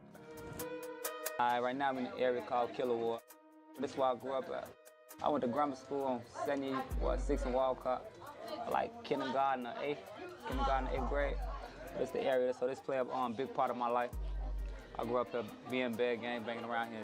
But as Durk was getting increasingly into the street life, he would also begin his high school studies, first attending Percy Julian High School, located in the far south side of Chicago. But due to the long commute, he would soon transfer to the infamous Paul Robeson High School in Inglewood, another school that has since been closed due to its poor performance, and a school which many legendary people from the Chicago drill scene would attend in the early 2010s around the same time as Durk, including people like the late rapper Lil Jojo, who was from the Brick Squad set from 69th and Eggleston, their hood being located right next to that school, and this set having had a long-lasting beef with Lamron, D-Town, and other BD majority sets from around Englewood. The rapper Famous Dex also attended Robeson, Dex being from a GD set called Mo, or MOE, located in a large GD stronghold, a neighborhood referred to as No Love City, which would also beef heavily with Lamron and D-Town. The late rapper Lil Mister would also attend Robeson, even getting an opportunity to perform his drill anthems at the school. Lil Mister was from a set called Wooga World on 75th and Stewart, the set being very closely affiliated with Brick Squad and therefore also rivals to Lamron and D-Town. As Dirk's mother would recall in her memoir, Robeson had numerous rival gangs that would bring far more problems to Lil Durk's young life. And over time, he and his friends would begin to get into increasingly violent encounters with the gangs that they didn't get along with. Eventually, these beefs and schoolyard fights would escalate into shootings and killings, with one of the first major losses on Dirk's side being a 17-year-old called Lil Mo. Real name Terrence Hollins, he would be gunned down in Lamron's hood in July of 2009, and according to online rumors, Mo was killed by a member of No Love City called Tone Bone, but the facts regarding this case remain vague. In 2020, rapper Brick Youngster would rap in his song Let's Talk Part 2, OTF Diss, that Lil Mo was actually killed by friends of King Von, but it's not clear what friends he's specifically referring to. But in any case, Mo's death was clearly a major turning point for Lamron and D-Town, and they would pay tribute to him religiously. Dirk, who had been getting into rapping around this time, would even make a tribute song to his fallen friend, this seemingly being one of the first of his old songs that can still be found on the internet. With Dirk rapping to the classic beat from Lil Wayne and Gucci Mane's song We Be Steady Mobbin', Dirk was clearly influenced by Lil Wayne's rapping style, and he was also seemingly into freestyling all of his lyrics on the spot. Now, the song is a far cry from the Dirk drill anthems that he would produce just a few years later, but by its subject matter, the song was quite clearly a precursor to drill music as we know it today, as Dirk would not only shout out other BD sets, such as Dog Pound and the Av, but he would also diss numerous rival sets, including No Love City, Brick Squad, and somewhat surprisingly, also a set called Brick City, who were an older generation from the same hood as 600, a group of OTF allies from My bad, I'm back, y'all. Washington Park, who would not long after become very close with Lamron and particularly Lil Durk personally. Similar set repping can actually be heard in Durk's other alleged 2009 song called My Partner Them, this song being a remix of the Atlanta rap crew Rich Kid's 2009 song My Partner Them. And again, Durk can be heard shouting out sets like Lamron, D-Town, Young Money, and Terradome, amongst others, as well as his friends like Lil Varney from Lamron. Also in 2009 is when Durk would begin to get in trouble with the law, as in November, he would be arrested for vehicular hijacking. According to police reports, an unknown person would first try and rob a woman's car by force, and as the police would later find the car in traffic near D-Town's hood, two men would exit the car and attempt to escape, but they would be caught. One of these men turned out to be a 17-year-old Lil Durk. According to the police, while in custody, either Durk or the other man would freely state that he had seen the car running for about 20 minutes with no one inside, so he decided to take it. However, despite this admission, it doesn't appear that Durk ever received any legal consequences from this incident. But then, only a month later in December, Durk would again be arrested, this time for criminal trespassing, as he was hanging out with 3 other people inside of a laundromat in Dog Pound's hood on 72nd and Halsted. And interestingly, Durk's gang affiliation in the arrest report would be marked incorrectly as Gangster Disciple, perhaps due to his father's affiliation with the gang being widely known amongst the Chicago Police Department. But anyway, coming into 2010, Durk was now a bona fide gang member, but he was also beginning to really focus on his rap career, and in April, he would drop his first ever music video for a song that was first titled Wasted Freestyle. Danny K. Who's Danny K? Style, rapping on the beat from Gucci Mane's classic song Wasted. However, for some reason, that same channel would then release the same music video again a few weeks later, but this time with the title Lamron Wasted. White dude that almost single-handedly created hip-hop, not even kidding. I somehow don't believe that.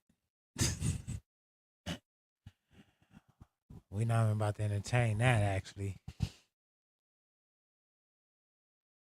Danny K, no drugs, no crime. Curiosity always kills the cat, man. Let's see.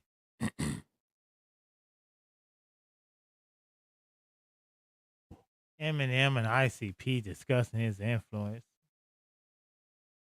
He ain't creating no hip hop though. All right, let's see. Danny K.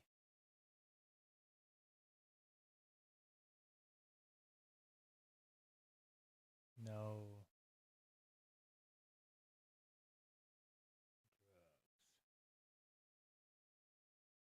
What are you talking about, bro?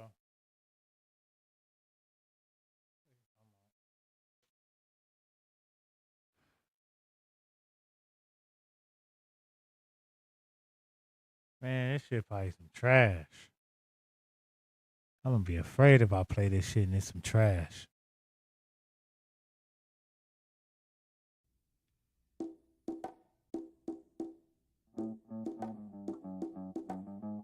Today it's 88, soon be 89. What's ruining our country is drugs and crime. The only solution is a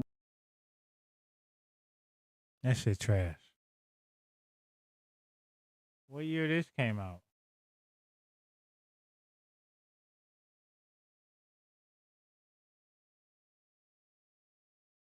Oh. Got me fucked up. New Year's resolution. Should all say no to drugs and crime because if we don't, it's going to ruin the world as well as lives. Drugs will take us over to higher rate speed. The druggies and pushers are demanding need and won't help them support their disease when we fuck over that green. For a moment to be high, that's all it lasts, but you're addicted to do it time after time. Drugs are like a curse, the more you do it, more it gets worse. For you, you know I'm not just beefing if you're addicted. You know it's hard to... It sounds like some shit a white boy would say. I can't even stand listening to another bar. Let's see what Eminem says about Danny Kaye. What did he say? Eminem spoke on him.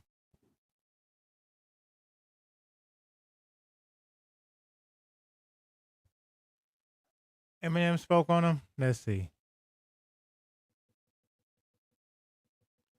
Eminem spoke on him. Let's see. Eminem, Danny Kaye playlist. Danny Kaye look like the only nigga bringing up.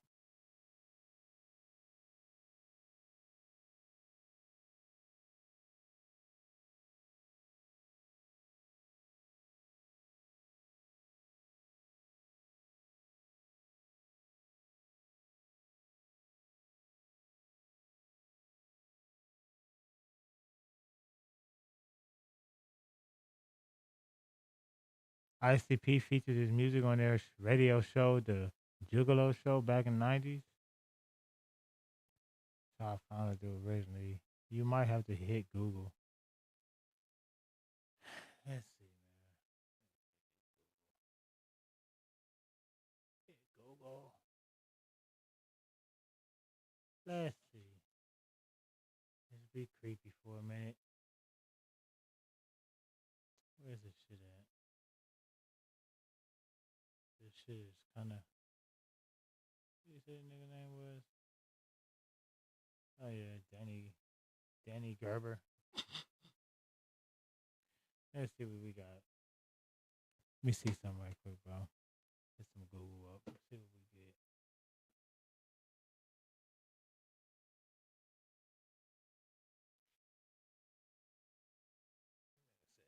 I never heard of this. I never heard of such a person. Danny Kaye, Eminem, ICP. Fuck you talking about, bro? The original white boy. Detroit Metro Times. Deadline Detroit. Before Eminem, ICP, and Cover Rock, there was a white rapper. So, Insane Clown Posse discussed their beef with Eminem. Danny Kaye, AE, Death for Hip Hop, YouTube. What? Let's see this.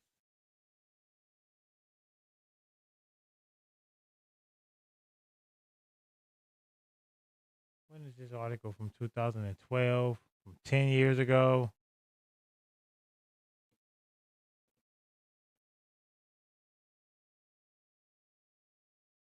No big name white rappers outside of ICP. Boy, if y'all don't stop gaslighting these white boys.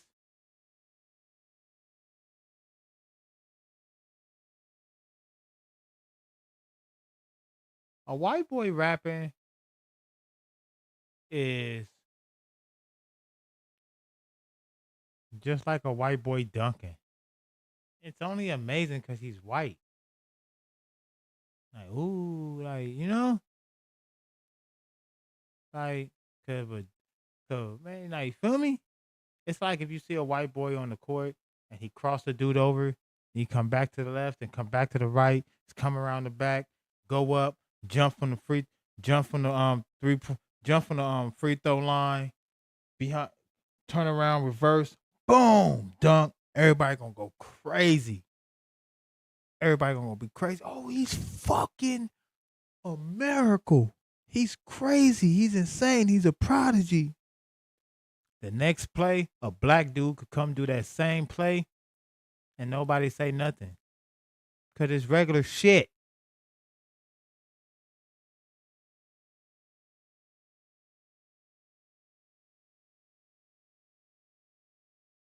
There has not been no white boy that has just came out and changed rap, though. Like, Eminem came out rapped. He was dope. ICP, you know what I'm saying? They added a little different type of flavor. You know what I'm saying? Eminem was dope. Lyrically, just dope. He didn't really add nothing to the culture. He just did what everybody else was doing as a white boy. It's like this. It's like, I think they say like Kumo D came with like the more aggressive battle rap style. He kind of changed it. Him and like KRS. Like, feel me? NWA brought that gangster shit, that gangster sound. Then you got the Migos. They brought the mumble rap era. Like, you feel me? They changed hip hop. There has never been a white rapper that changed hip hop, bro. Eminem never changed nothing. He just came and just, you know, did the same thing.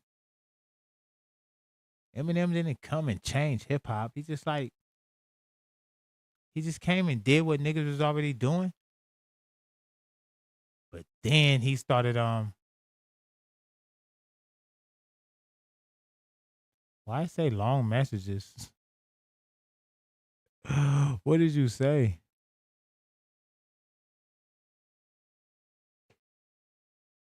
Let me see what he said.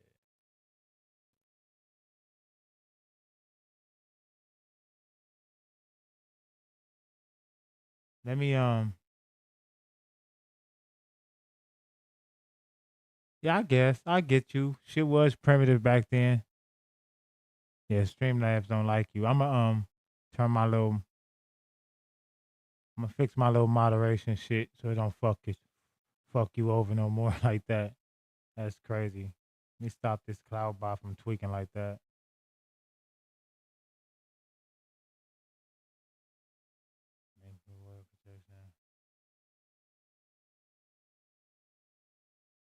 There it go. My bad.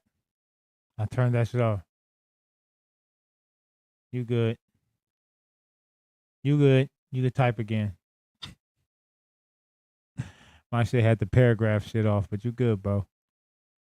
The original white boy in my ass, though. Nobody cares about who's the original white boy. Just a white boy. Like, you never hear, listen, you never hear real hip hop heads comparing to white boys.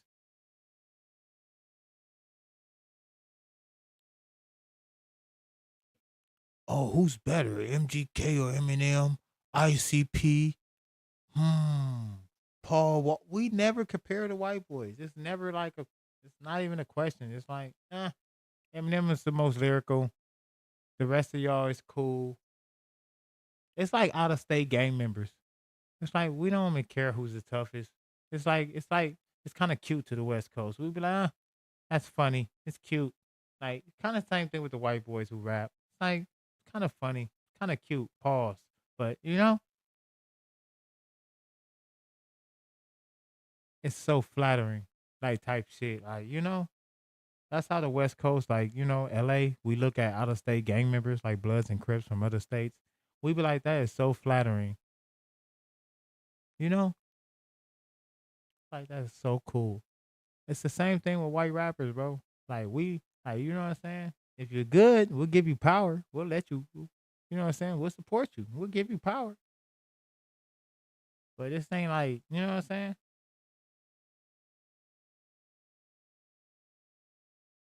It's not really even like a conversation. Like, who's your favorite 5 white rappers, or like who's the best top 3 white rappers?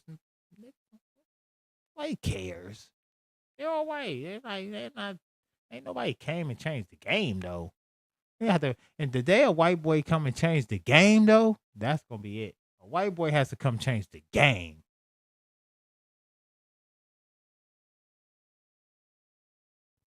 Isham and other underground. Yeah, us all. Nah, of course, white people run the underground rap scene. They love it. They love that pump pack underground rap. I'm lyrical, you not. The thesis of the code, the thesis and the lyric song, and I could rap fast and twist all the little words up. Like, that's cool. You could rap fast and twist your little words up, but that was old to us. Like, when we was doing that, like, when we was doing that, I don't know what y'all was listening to from us. But now that we not doing that, that's what y'all want to hold on to. It's like, what?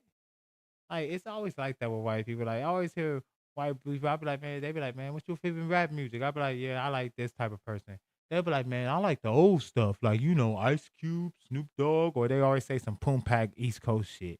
Like, I be like, why do y'all do that? It's like y'all ears is like behind ours. It's like y'all ears be like behind time. Like, when our ears advance, y'all ears be just now coming up into like the 80s and 90s or something. And y'all love that shit. That's why you always hear white people like at their party singing, "This is how we do it," singing all the old songs. This is how we do it, They love the Eminems and all the Poom Pack, lyrical miracle rappers and shit. Like, it's like they ears just don't upgrade with ours. Our ears be upgrading, bro. They said Twister's wider by that logic. That's funny.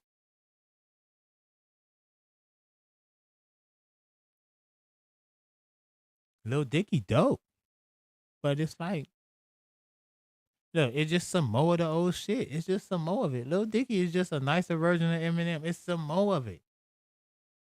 MGK is just a younger version of the Beastie Boys. It's just some more of it. MGK to us is just like, yeah, he could rap, and it's a gang of these niggas that rap. Had Yellow Wolf or White Down South dude. Now who's the new White Down South dude from Florida? It's like, come on, bro. Like, Eminem is gonna be the greatest white rapper ever. Period. Know why? He broke the mold. He crossed over. He did it well. Outsold everybody and was actually had the lyrical ability to hang. To hang. He wasn't really seeing nobody though. Like, he didn't really change the game.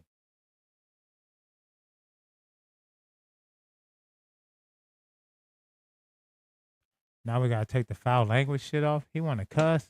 Let him cuss. This cloud bot is crazy. This motherfucker. Let's see.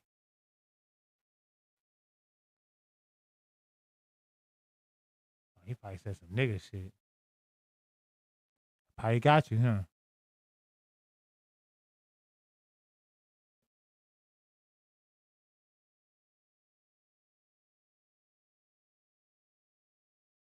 Yeah, you good now.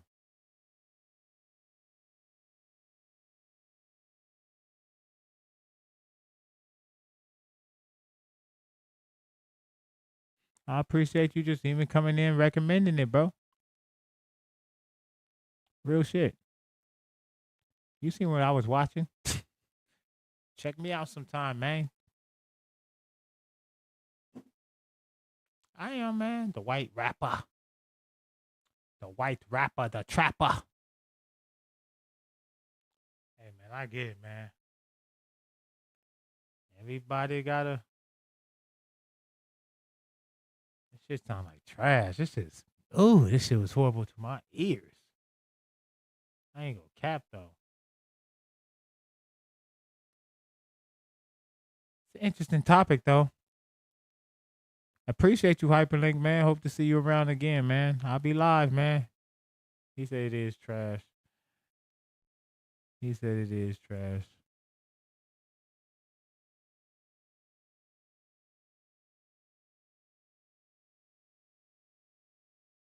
It happens like that sometimes, gang. Sometimes niggas just be trash. Sometimes I be trying to support the trash ass niggas too, man. They be trash though. Like, sometimes you just can't help trash, man. Just can't help the trash, gang. It's the only thing I could say. Some things is just trash.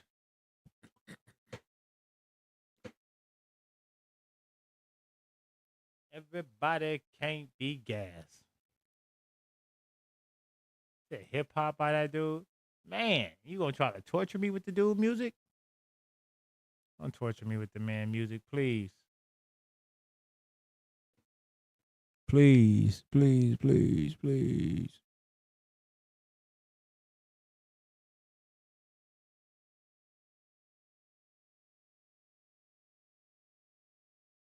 Hey, come on, bro. Please, man.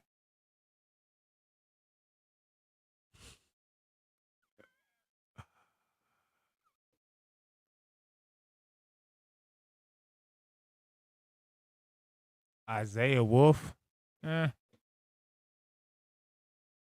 can figure it out. Let's see. I can say Isaiah Wolf. Well, Isaiah Wolf. Let's see. Isaiah Wolf. Let's see. Isaiah Wolf.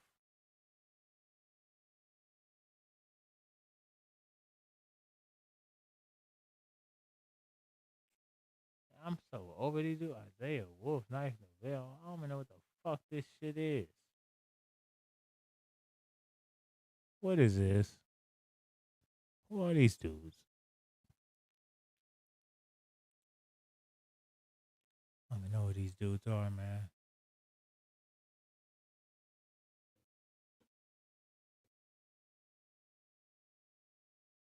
No idea who these people are.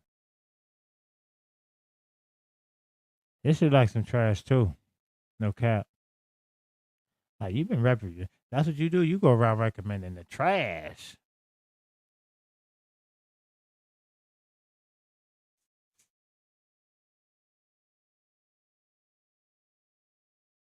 What? The nigga that killed Tupac is facing battery charges? Oh shit. Keefy D done got himself in some trouble. Keefy D in there beating niggas up in jail?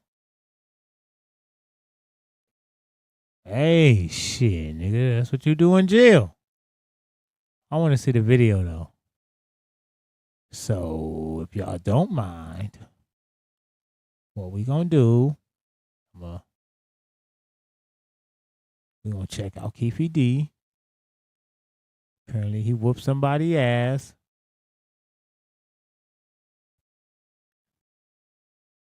What y'all think, man? Should we watch it here? Let's see, man. See what's going on with Keefy D, man. What's going on with Keefy D right here, man? Xavier Wolf. Oh. Through what happened. Dwayne Davis is answering for a jailhouse brawl. Here's what court records show, along with images from surveillance video released by Las Vegas Justice Court. On December 23rd, Davis was being escorted back into his cell when another inmate, Rockland Hamilton, who's also facing a murder charge, is standing to the right by a sink in this room. Hamilton walked over to Davis and squared up, looking ready to fight.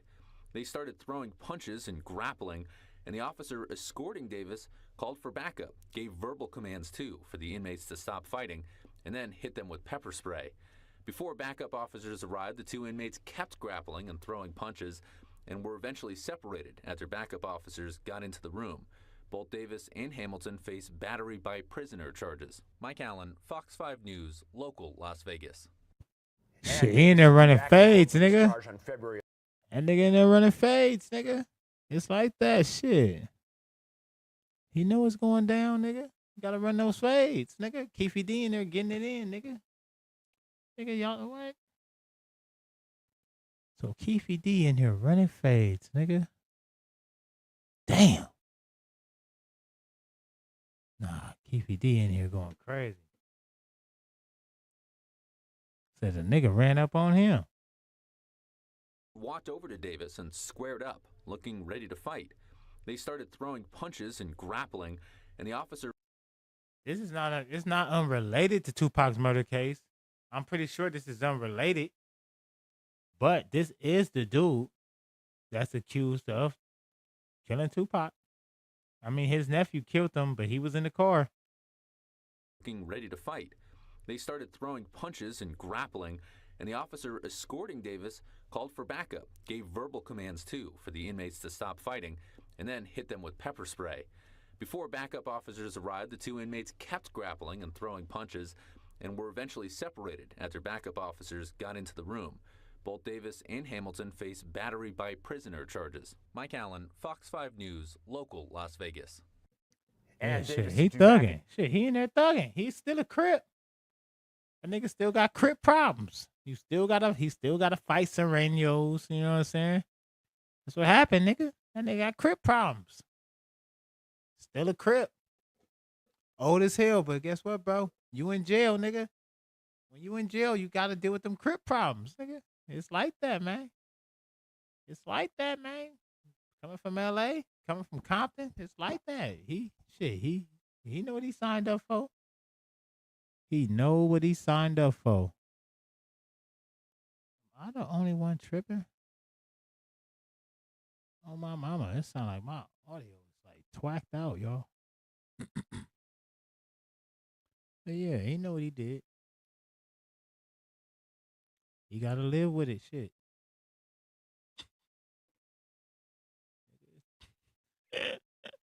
That nigga about to put that shit on Diddy. Diddy did it. Diddy told me to do it. Find some shit, man. I'm about to play some music. This nigga said Isaiah Wolf, and I don't know who these. I don't want to listen to them niggas. I'm from the West Coast. We don't listen to none of them niggas. We don't listen to none of them niggas. Oh, there's some shit I wanted to talk about. Did he do it? Right? Check this out. So the nigga, the brother of rapper Too Short, shot and killed.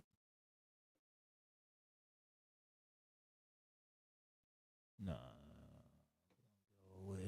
Yeah, the brother of the rapper Too Short shot and killed. If y'all ain't seen that already, we're going to get to it.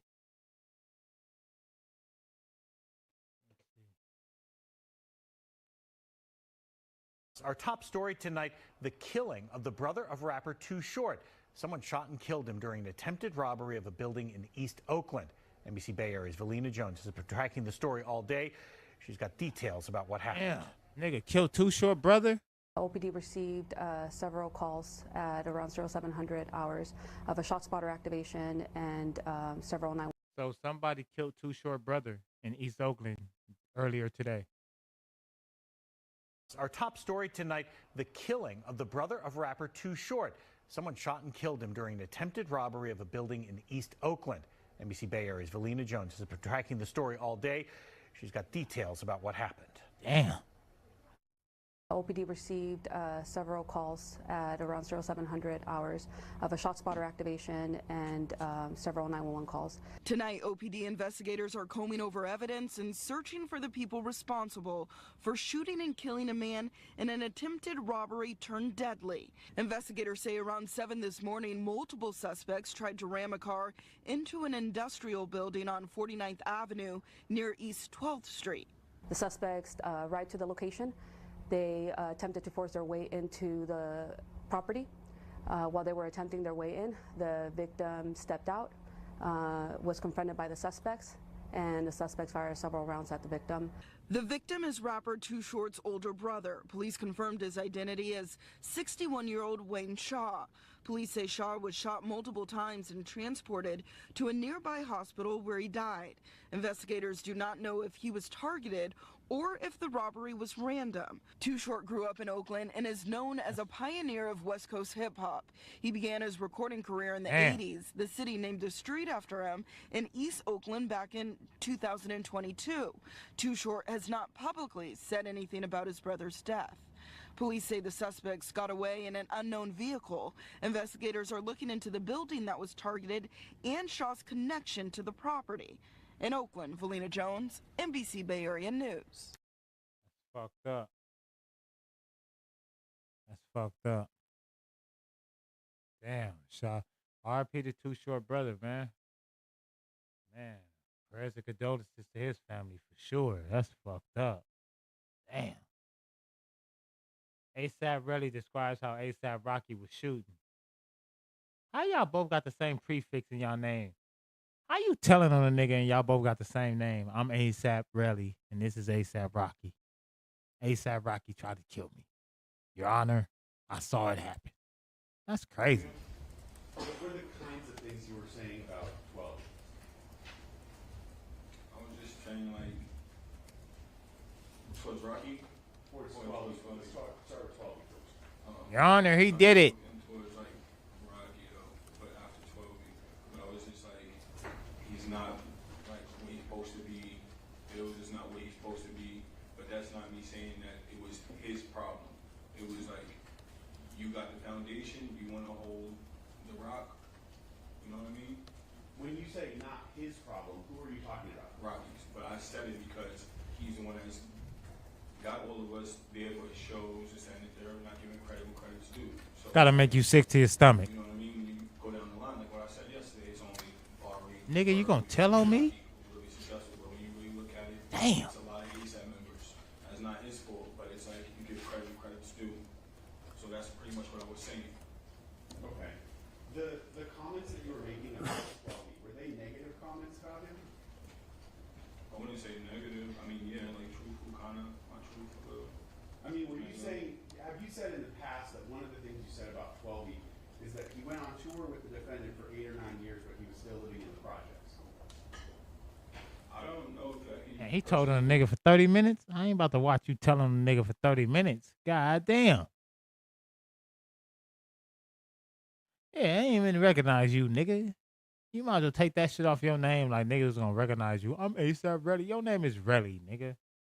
I don't even know you. You telling for 30 minutes? Let me see. They got video?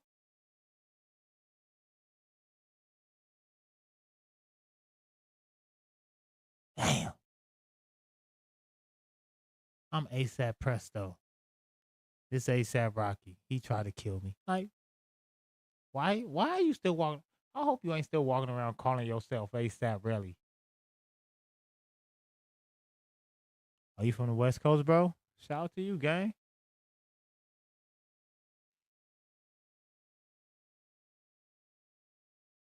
Do you see the larger video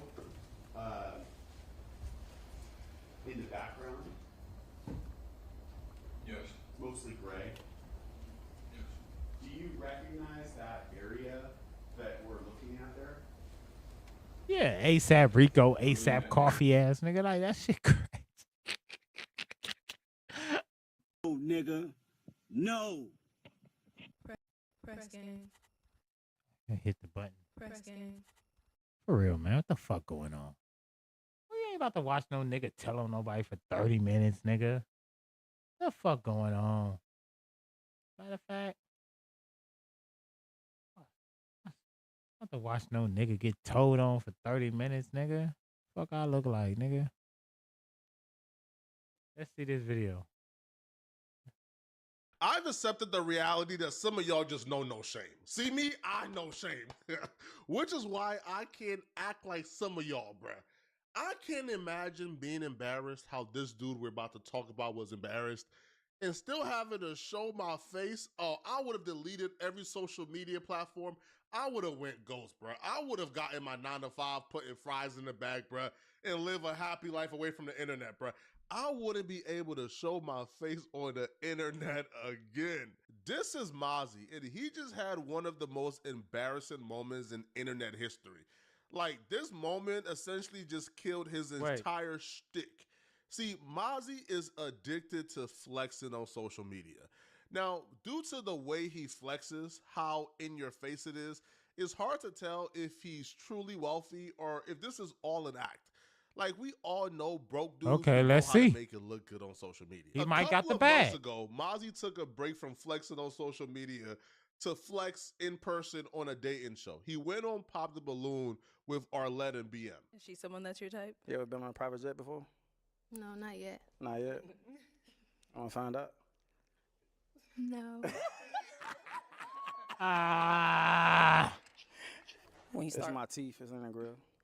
Oh. Yeah, it's my teeth. Oh, well. It's Wow. 30K. no, I'm just playing. It's But- 30K in my mouth.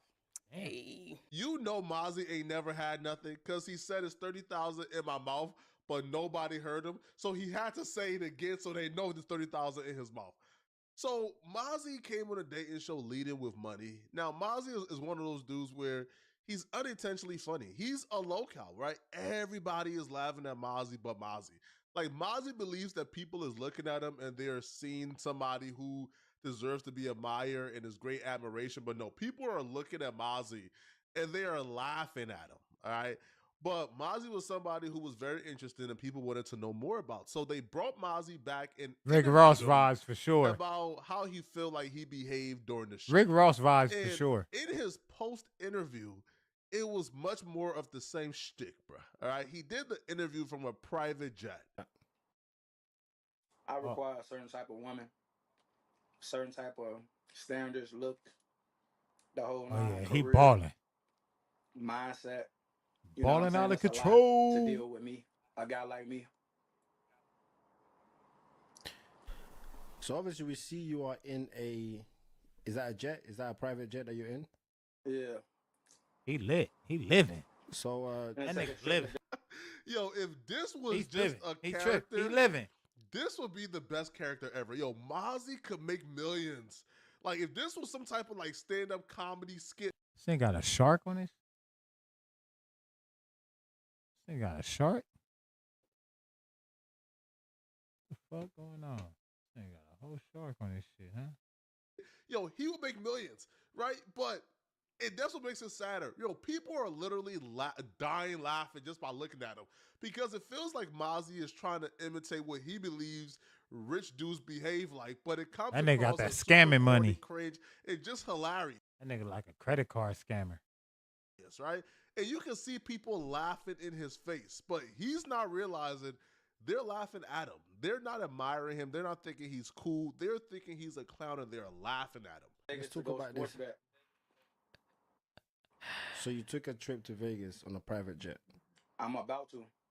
I'm about to. So Oh, you you're just about sit. to. So you just sitting Okay. on a jet.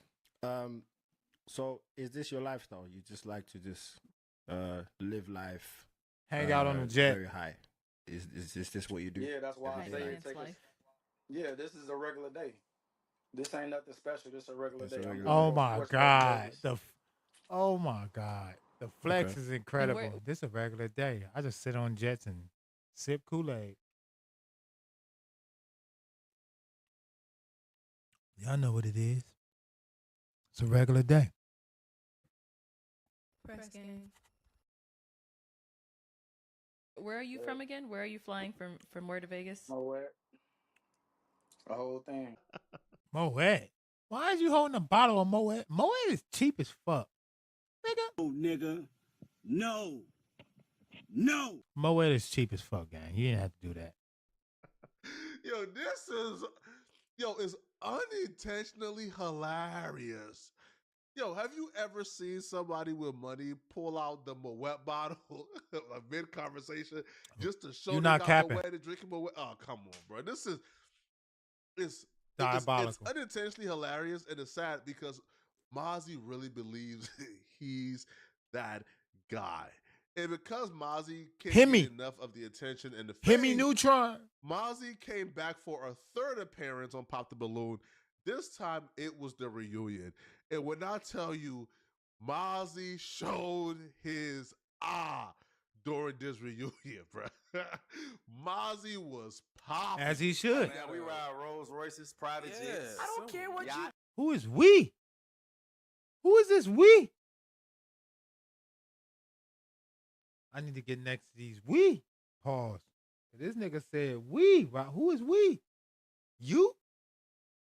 This nigga said we. Who else is in the room? All right. My question to you is, Yes, who I'm recorded- rich. No, I didn't ask. Oh, go ahead. No. Look, you a doctor, right? When you look at the doctor, Wait, you a doctor, right? Yes. How much money you got in your bank account right now? Why is everything money with you? Because that's all he has to offer. Bloody hell. That's all he has to offer. He can't Yeah. talk more than that. Wait, No, I you need to can't. stop Let me talking. answer Okay, the question. You need to stop talking. Let me answer the question. Let's let You Dr. don't need Des to talk. finish. No more. I want to answer You the don't need to question. talk. Go. You need to stop. You need This to is stop. crazy.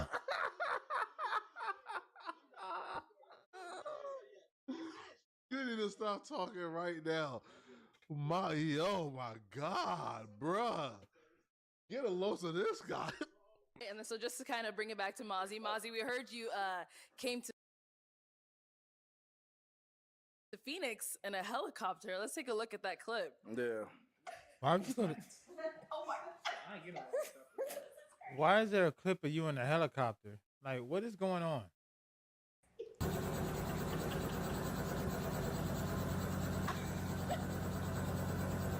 Wow. There goes security.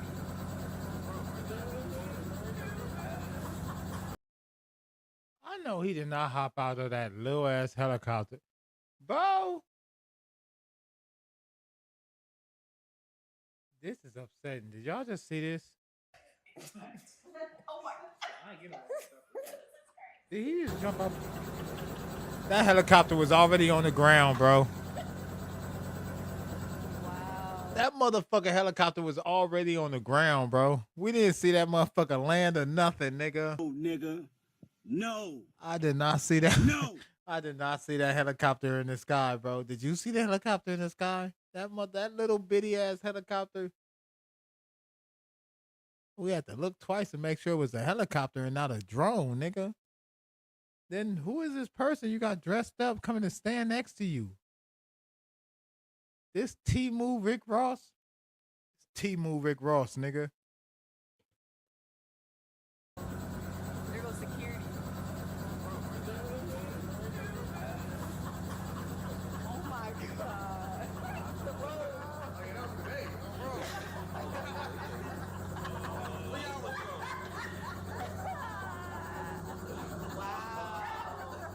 Wow. In 4K. Not when you landed. In 4K. He told him, hey, There's no way. T-Move Rick Ross for sure. There's no way in hell this nigga got out the helicopter. The helicopter was never in the sky, bro. I don't even think this motherfucker is at the airport. Where is this at? This motherfucker is on a... Oh my God. If y'all look closely, bro. Oh my God. Y'all gonna trip off this. Now watch this. Look closely at the helicopter. Why is it attached right here to like a truck? This is not an airport, bro. What the fuck? This motherfucker was never in the sky. This motherfucker, look, the motherfucking helicopter pad has wheels on it, bro.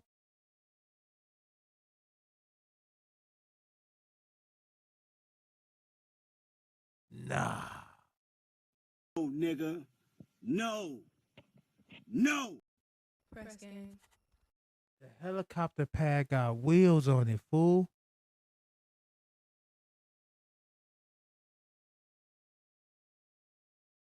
Nah.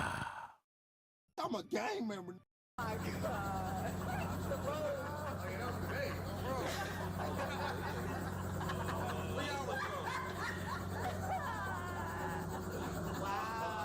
Nah, he ain't that delusional, bro. Not when you landed. In 4K. He told him, hey, folks, just turn on the jets real quick. This is crazy. Crazy. All right, so I saw Uche's hand. When Mozzie do these stunts, Mozzie is thinking, oh yeah, this about to F the grandma. But oh, they not ready for this, man. Hell He nah, do these bro. stunts to make people think he's wealthy, he's rich, and to be respected. But all these stunts do is make people think he's a clown. You see how the video is playing and it has the adverse effect of what he really wants? Instead of people thinking he's rich and he's cool, the women are literally dying laughing at Yeah, how it has the extra opposite and effect. corny it is, right?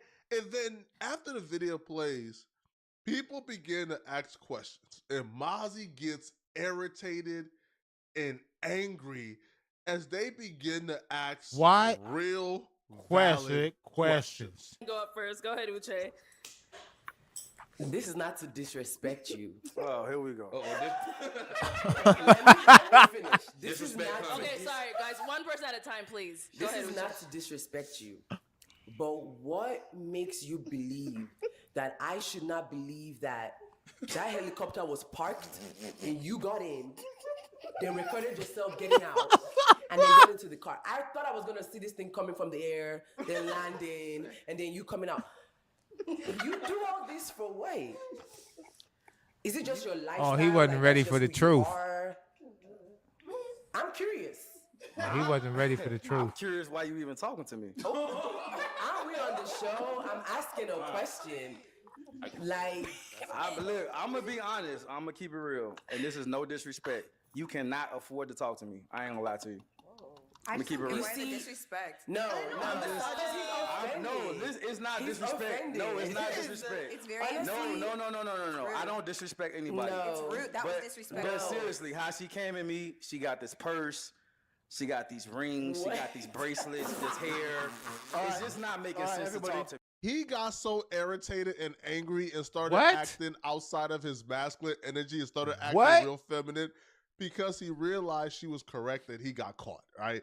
He realized the shtick in the stick They got didn't him. work on nobody, and they could see through it. She was absolutely correct, and we're going to prove it very shortly. You got a cameraman on standby everywhere you go. You do YouTube or something? Y'all don't see the security right there, the bodyguard? No. He flew here with me. I don't live here. Wait, but if he flew here, then why is he on the ground outside of the helicopter? Because he can't fit in the helicopter. Okay, my bad. I thought he flew here with you. I thought together. Yeah, he was there waiting on me at the black truck that I got in. Okay. Why is this? Yeah. Last time I checked, he was at the black truck. Okay. Waiting. So Mozzie. What? No, that's all cap, and Mozzie actually Damn. exposes himself, yo. Gotta Let's roll go up. to Mozzie Instagram to see the truth. Mozzie told Arlette that he took the helicopter into Arizona just to be at Pop the Balloon. That's not what happened. No, all right? No. So you see Mozzie is right here, okay? So this is Mozzie, okay? So this is, the helicopter, okay? As you can see, Mozzie is coming out the helicopter right here, okay? And the pilot is like, bro, get a whiff of this guy. So what happens is, so Mozzie actually tagged the helicopter people, right? And he exposed himself. So Mozzie didn't fly this helicopter into Arizona as he states. No. What happened is exactly what that girl described, okay? These people are actually based in Arizona. They're not picking up Mozzie to drop him off back to Arizona. That's not what happened, no. They're actually based at the Scottsdale airport in Arizona. So what happened is, Mozzie flew into Arizona on that economy ticket. Oh my As God. you can see, this is the same landing pad. This is the same landing pad that Mozzie was, okay? This is in Scottsdale, Arizona at the airport. So what happened was Mozzie flew into Arizona, right, with his dudes on economy, booked that Uber Black. They took a Uber Black to this location at the airport, took a video, which is a photo op of Mozzie in the helicopter. It never got flown nowhere, all right? Mozzie hopped out the helicopter, went back into the Uber Black, and went to Pop the Balloon. But Mozzie lied about being flown into Arizona on the helicopter because Disrespectful this lie. is what he does, right? Now, I don't know if Mozzie really has money. I don't know. Maybe he does have money, but he don't have the millions he wants you to believe. Right. All right? So, no, that was All right, cap. bro. It was an absolute lie. Good And night. that's why he got so mad and upset at her, because he knew like his entire facade was actually easily seen through by this Discount one woman, and helicopter ride. Right. she was exposing him live. But the exposure gets worse, bruh. It gets worse, all right? So Mozzie goes on this huge tangent of how all the women on his Pop the Balloon episode, who all, by the way, popped on Mozzie, right? They all said, we don't want Mozzie. Like he's not our type. So all the women who popped on him, Mozzie went on this long tangent on how these women aren't his type. They not really on his caliber. Okay. None of the girls on the show was my type. Okay. I don't even know your shit. why y'all put them up there with me anyway. What is your type? Not that. So what is? So what is? Somebody that's beautiful, got something going for herself, not up here with buck teeth, Ooh, not a shit. farmer, Damn. I have farmers up there. What? Do it look like I'm close to a farm? No. Foreigner? You said farmers. Damn. They Like a up there farmer. milking cows and stuff like that. This is crazy. That was in the lineup for you. That didn't make any. It just didn't make any sense. So I said, you know what? I'ma have fun, but I'ma still pop it. Let y'all know how I'm coming for real. Private jets, yeah. Everything I said is what's really going on. It's regular for me though. I wouldn't approach or talk to either of these guys because I'm not a fan of flashiness. I'm just not. Because you There's a know that I certain- wouldn't talk to you. Huh? Because you know that I would not talk to you. Well, That's thank crazy. God. Eh? Yeah. No, I'm just asking a question. Relax. It's because I know you wouldn't talk to me. Yeah, is that the reason I why? don't know what's in your mind. But I I'm know just you saying wouldn't I talk don't to like me? flashiness, and Do if you I feel see like flashy you're not guys, good I enough wouldn't for talk me? to them. Huh? Do you feel like you're not good enough for me? That's a crazy She doesn't know you. I don't care. I don't know you. I'm just giving my answer Off to her of first question. impression, looking at me and you looking in the mirror, would you Uh-huh. feel like you would be appropriate for me? The audacity, bro. Like, yo, this dude was talking to people on that show as if he's up here and they're down here. He told one girl, you don't even got enough money to speak to me. You can't even Like, right. afford to talk to me. How you figure And then that? he's telling her, look at you and look at me. Do you think that, like, you're good enough for me? Oh, bro, this dude is, bro, he's unbearable. So after he goes on his entire tangent, bro, yo, the host of this show, yo, bro, they're shady. Cause after he done popped it for an hour, bro, they said, all right, bro, enough capping, bro. Enough capping, bro. So after he popped it, they said, okay, enough capping. And they said, all right, bro, it's time to expose you, right? It's time to really let the people know what they type do. of fraud you are. So obviously we see you are in a, is that a jet? Is that a private jet that you're in? Yeah. The fake jet. So Let's take a trip to Vegas let's to talk go about sports this. bet. So you took a trip to Vegas on a private jet. I'm about to. Our Let's Husband you just DM sitting on the jet. decides to join the show so they could address that particular interview. So you just and sitting that on a moment jet? that they had with Mozzie, where Mozzie told them he was on a private jet and he was taking a private jet back and forth from Vegas that day. And this is where things get really uncomfortable for Mozzie. We want to start with Mozzie. So obviously Mozzie, we saw you came on BM Talks to them. And everybody's seen it. The whole world has seen it. I've seen it. You've probably seen it. People keep sending me DMs every day. And so basically you said that you was on a private jet, but the internet went and done its research. No. And it seems like they found a private jet that looks like the one that you was in. Oh, but the only Lord. difference with the one that they found is that that one doesn't fly. Oh, my God. They own you. She laughing again. Hey, on your bumper, bro. So the one that they found, you can actually rent out on Peer Space for, I believe, for about $130 an hour. Yeah. All right, so can you please confirm to the world if you was on a real private jet? At that point, I was not on a real private jet, really, because the real answer is I wasn't able to charter one at the time. It wasn't unavailable because it was the holidays. But I said, you know what? I'm gonna do it anyway. I could have did it in my crib, in my Rolls Royce, any of my cars. I did it on purpose. So, yeah, but oh, We ain't going for that.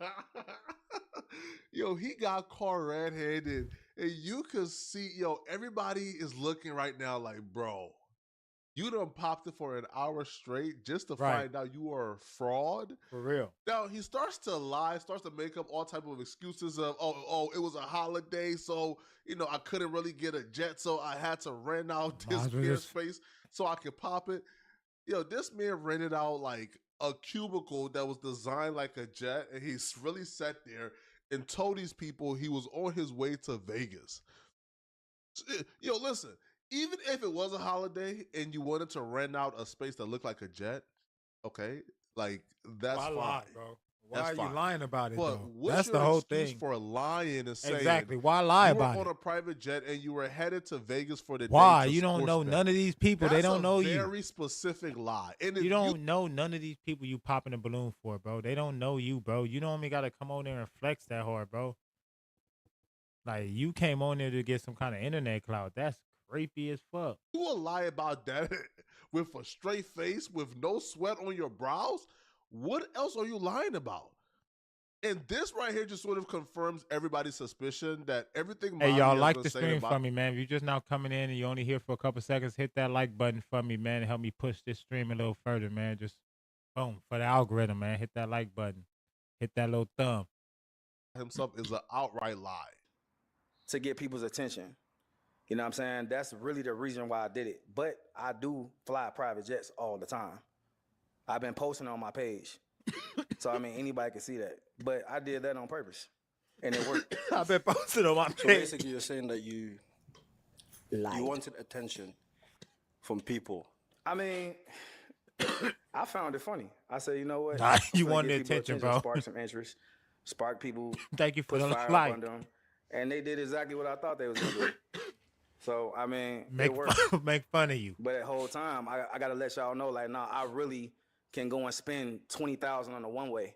Why you gotta let them anytime know I that? want. You know what? Let me actually say this, right? It's not even the fact that you rented a photo studio that's a private jet. Right. It's the fact that you lied. Right. Because you Why said lie? that you was about to fly to Vegas to do some sports betting. Lying. Right? So obviously, in our minds, we're thinking that this is the style, this is your life. This is what how you do. this is how you It carry wasn't yourself, a, right? it wasn't a lie. This is I mean, what it you was do. entertainment. No, but this is the thing, right? This show, people come on the show and people are finding love. People are getting engaged. People are getting married soon. It's not a lie, people. It's entertainment. Oh, no, that's my new go-to now, right? It's not a lie, people. It's entertainment. Yo, you could see everybody in the room, bro, head is down, laughing at him. Even his homie who had his back his whole night is laughing at him, bro. That's kind of like what people Yo, say. yo, he lost his entire respect, his entire... When people say, it's all content. It's all content. It's the same thing. Like, oh, it's content. It's a thin line between content and real life, brother. Entire frame. You crossed his it. entire everything, bro, within a span of 30 seconds after being exposed for lying. Yo, don't be like Mozzie, man. Yo, sometimes it's better off to just be authentic, bro. We got to find that. We could find the full episode.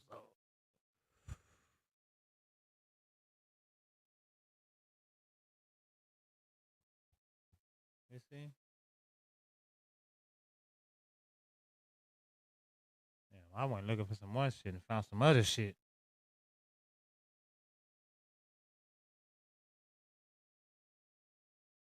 Let's see this one. I done found some other shit. Fuck that fraud. That shit's crazy. Why though. did you end up popping your balloon for him? He seems like volatile, dangerous. Like if I were to say like I'm not interested or something, he might accost me. What you mean? Damn. Accost me, like belittle me or put me down if I like. What? It seems like you're not good with like a negative comment. Me? So you. Damn. Not at all, sweetheart. Okay. Well, see, that's that sweetheart. Yeah. I just. observe Damn, and that was notice kind of that's- odd. That's all. Accost me? What is that? You might accost me. That sound like some violent shit. What you mean? If you say no, I might accost you. Why would you, bitch? Excuse me for being disrespectful, but damn, bitch, that was disrespectful. So you. She said belittle you, me like or you put a me down if rapist. I- Pause. it I seems mean like you're R not good word. with, like a negative comment. Me? So you. No, not at all, sweetheart. Hold on, let me go back. That was kind of odd. Why did you end up popping your balloon for him? He seems like volatile, dangerous. Like if I were to say Volatile, dangerous. I got a girl down here looked at her like, what the fuck is she? What? like I'm not interested or something, he might accost me. What do you mean? Accost me, like belittle me or put me down if I like. It seems like you're not good with like a negative comment. Me? So you. No, not at all, sweetheart.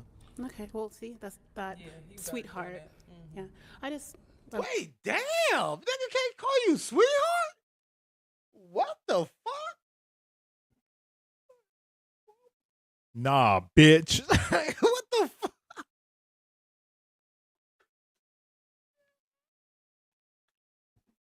He could have said the opposite. What the fuck is wrong with women, bro? Nah, I pop my balloon because he seems like if I make a negative comment, he might accost me. What? The fuck is accost mean? It mean like you might belittle me or attack me. What? What the best? Wait, let's do this again one more time. We're gonna let it play. Why did you end up popping your balloon for him? He seems like volatile, dangerous, like Volatile and dangerous. Bitch, you seem like you got some personal issues going on. You, bitch, I just stood there and answered some questions. I seem volatile and dangerous. if I were to say like I'm not interested or something, he might accost me. Accost? What the fuck is accost me? I'm sorry, y'all. I'm going to Google for 2 seconds. What? Wait. What does... No, take me to the real Google, not the fake Google. You know they be trying to give you the fake Google. Hold on. What does accost?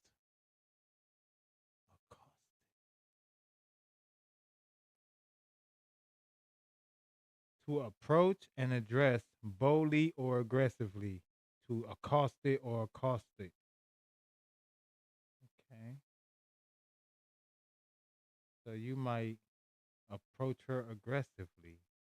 What do you mean? Accost me, like belittle me or put me down if I like. It seems like you're not good with like a negative comment. Me? So you. No, not Damn, at all, you, sweetheart. Mm-hmm. Okay, well, see, that's that sweet said part. you like she knew you personally. She said you, Observed nigga. And I noticed that, but that's all. Like who? You, nigga. As far as Like, you, damn. he was Oh, straight. nigga. He was alright. No. But you got your own No. opinion. Can't knock you for it. Yeah. Right. That's all right. Okay. And you said she's straight. Like, does that mean she's someone that you would approach? Yeah, probably.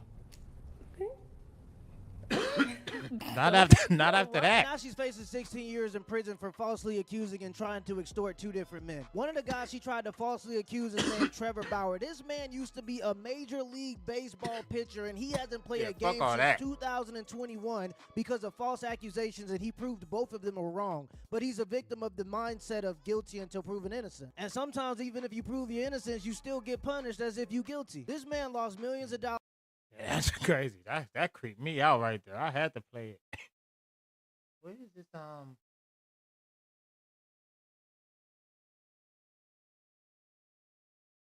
Where is the pop the balloon from the frog? Is this the one? Let's just watch one.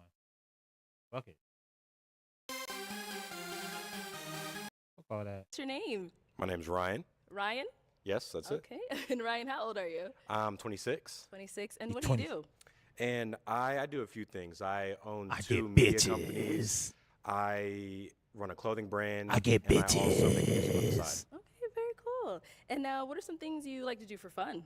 I Fuck love bitches. thrifting. I love, thrifting, shopping, coffee shops. I'm like a museum goer. I'm not much of a clubber. Okay. So I'm not like a night.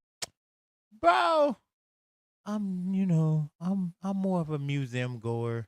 I'm not a clubber. Shut your lying ass up, nigga. Look, this nigga got his whole hat to the back talking about, I'm more of a museum goer. Shut your lying ass up here with the ball. Nightlife person. I'm more like a morning type of guy. Got it, Y'all like okay. the And now, stream. what are Hit some that things you look thumb for in a up. woman? I look for someone who's gonna be able to be supportive of me and like help me with my business and my goals and dreams and whatnot. Okay. This nigga J. Cole wants you to help fund his mixtape career. And someone that I can just, I guess, laugh with and not be too serious about everything. Okay. I think that's what I'm Nigga, just laugh with people and don't be too serious about everything. The fuck that got to do with anybody else?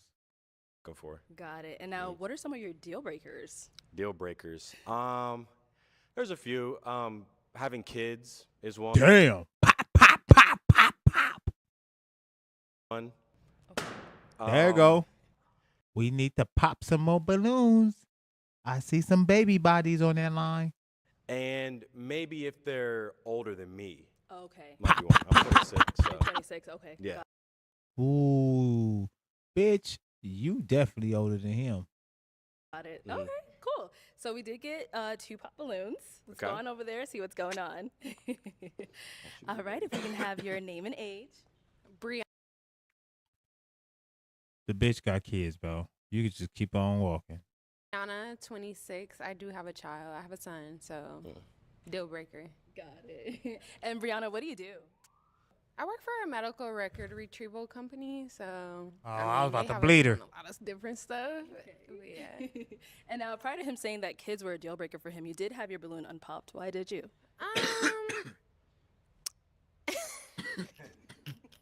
You know, he ain't bad looking. I would like to hear more though, but yeah, deal breaker is a deal breaker. Got it. And now I know you said the kids are a deal breaker, but is she someone that is your type? I would say, yeah. Yeah. hmm Okay, what makes her your type? I think I like her presentation. Like I'm over the way here she got choking. done up, Yo, hold so- Hold on. I'm killing myself. Hold on. Hold on. PresGang. Hold on. Ooh. PresGang. Ooh. Hold on. PresGang. One more. PresGang. All right, we good. Let's do it. I like that she took it serious and took the event serious. Again, I don't know too much about her, but yeah, she's cool. Thank you. Let's She outta go. Oh, right here. If we can have your name and age. I'm Charisma, and I'm 27. And Charisma, what do you do? I'm a hairstylist. Nice. And why did you end up popping your balloon? I mean, one of his deal breakers were if you're older, and I'm 27 and he's 26. So, yeah. And then before he said that, you did have it unpopped. Yeah, I mean, he's Baby, I'm about to be 27 next week. tall. He, is sure about what he wants. I was, intrigued until he said the age thing. So it is what it is. Have you ever dated someone younger than you? I Give her a balloon. Yeah, so I mean, age isn't a big deal for me, but if it's not his forte, Give her a balloon. Okay. So she is 27. Yep. How you feeling her though? She's cool. She can get a balloon. Yeah. I wouldn't say that she's my type. She's a type, but nigga. Yeah. Okay. Mhm. So what makes her not really your type? I would say, like, again, I look at the outfits, but also physically, I don't feel like there's any chemistry between us physically. Damn. Mhm. Thank you. All right, let's head on back over here. So we do still have quite a few balloons unpopped. So the game gets switched on over to you. I'm gonna hand Okay. you a toothpick. Damn. Okay. Uh-huh. All right. There you go. So we do still have quite a few girls Mhm. without their balloon unpopped. So I'm gonna have you pop 3. Damn. I know. Tough. Yeah. Okay. Based off of what you're seeing so far, what doesn't really fit into your type, whatever it may be, pop those 3. Then I'm we'll thinking go it's my over audio. to Is each this of them my and we'll shit or see they why you shit? ended up popping. Can I ask any questions? Or I'm are we pretty just- sure it's they shit going Oh, on. damn, Not I mine. ain't talked to him. Damn. I know. That's why it's tough. This is brutal. Okay. All right. You pop those 3 my on. shit- my Yeah, shit I going know. Hold on now. All right. We doing 3. Let me see here. Sorry. Okay, 2 more. Hold on. I'll be right back. Damn, this is hard. All right, let's start with the first one you popped. If we can have your name and age. I'm Lex and I'm 23. And Lex, what do you do? I'm an insurance broker and I host Christian parties. Oh, very Amen. nice. And now, why did you have your balloon unpopped? Because he seemed like he had his stuff together. Literally, that's it. And he light skinned. All right. Not complaining about that. So, Ryan, why did we end up popping her balloon? Damn. You know what it was? I think it was your demeanor. Just the expression on your face didn't look that enthused. I think that was just your natural resting pose. That is. And that was it. That was literally it. I get that a lot, so it's all good. You're obviously a great person, so I didn't have anything to go off of, so yeah. Right. See, now she's smiling. It's different, isn't There we it? go. It's different. Uh-huh. All right. Thank you. If we can have your name and age. I'm Jasmine, 26. Okay. Jasmine, what do you do? I'm a graphic designer and comedian. Okay. Nice. And why did you have your balloon unpop for Ryan? We have similar interests. He's tall, tattoos. Okay. Now, Ryan, why do we end up popping hers? I think it was the outfit for me. To be fair, I didn't know I was going to be here today. It's all good. Yeah, I guess it was just, again, the presentation isn't my cup of tea, so. Got it. It's all good. Okay. All right. Let's go on to our third lady. Hello. Hey, if we can have your name and age. Hi, I'm Karma. I'm 24. Okay. Karma, what do you do? I'm a singer. I'm also working in UGC doing videography. Oh, very cool. And now, why did you have your balloon unpopped? Oh, I don't know. You got to ask him. No. Why'd you have yours unpopped? No, I think he's attractive. I like his tattoos, and I think he's a cool person. And I heard he was also in music and interested in the same stuff as me. Nice. Okay. Ryan, why'd we end up popping hers? Again, I'm gonna go on the outfit, and it's the piercings. It's okay. I guess it's just that aesthetic isn't my favorite. I think I'm into less showy. Oh, okay. Definitely feel the vibes. It's kind of like seeing people with multiple chains, but on the face. Feel the vibes. Yeah, but I mean, you're an artist, so it makes sense. It's like that's you're an expressive Show your person. creativity. Yeah, absolutely. Well, I appreciate it. Thank you. Cool. Thank you. Okay, let's go right on back up here. So now you can go ahead and ask the ladies a question, kind of help you narrow it down. Okay, yeah. All right, we have how many people left? 1, 2, 3, 4, 5. Okay, so what is the worst part about dating you? All right, let's start right The worst up here. thing about you, worst aspect, character trait. Yeah. Okay, we'll start with your name and age. Hi, I'm Esther, and I'm 23. Okay, and Esther, what do you do? I'm a medical assistant and a full-time nursing student. And just to answer his question. What is the worst part about dating me? I would say just patience. You know, I'm not as patient. I'm working on that. So I would say I'm still working on my patience still. In what regard, patience? Like, Just not, we live in such a microwave, society. We want things here and now. So I'm working on just like waiting on God's timing. And yeah. okay, all right. Your name and age? My name is Jacqueline. I'm 25. Jacqueline, what do you do? I'm currently a full-time student pursuing a career in aviation. Nice. Okay, and then just to answer his question. Worst thing about dating me, I'll probably say patience as well. I'm impatient. Okay. Want to add anything to that? I want something different. Something different. Can we come back? You want to circle back to her? Yeah, we can circle back. All right, That's all right. fine. We'll give you some time. Okay, let's get your name and age. I'm Kayla. I'm 23. Okay, Kayla, what do you do? I do real estate and property management. Okay, and then just to answer his question, what's the worst thing about dating you? That's it. I don't want to seem perfect, but I'm just like how he was explaining himself. I'm very cool. I'm chill. I'm laid back. I don't expect a lot of stuff to happen. I came from a family of 2 parents, so like I mean, I don't know. But as far as like, I don't know, I'll eat your food maybe. I don't know. I don't know. I really do not know. But not to sound like I'm cocky or nothing, but I'm just a patient person. I don't mind, like, I'm not the go with the flow type of person, but if you know when the time is right, we need to go ahead and make sure we on that type of time. But yeah, I don't know if that makes sense, but. Okay, let's go back. I think we gave her enough time now. Okay.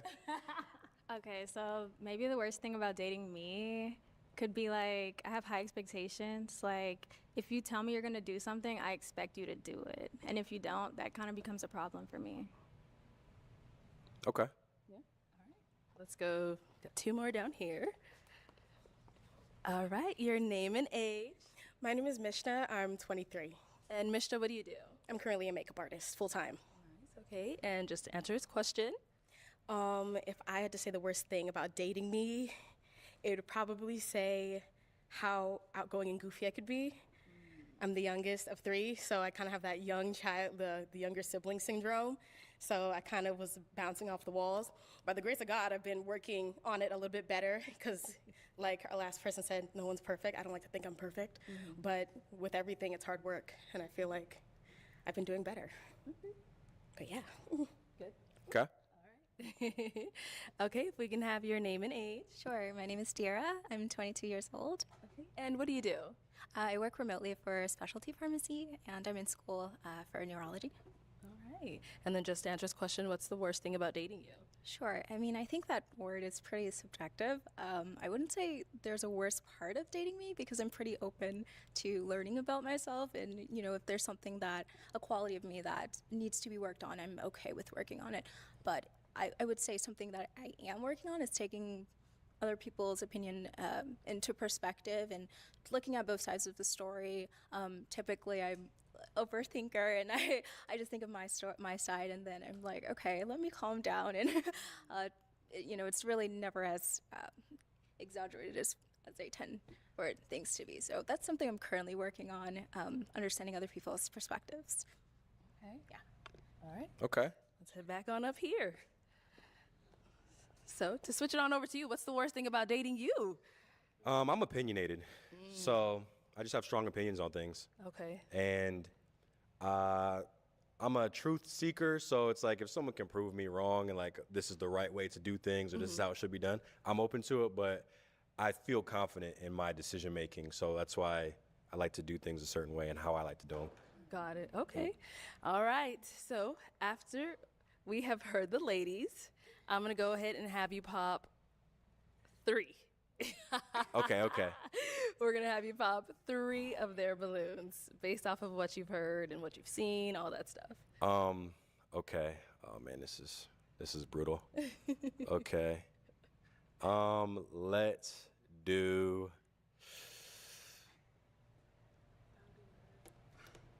Let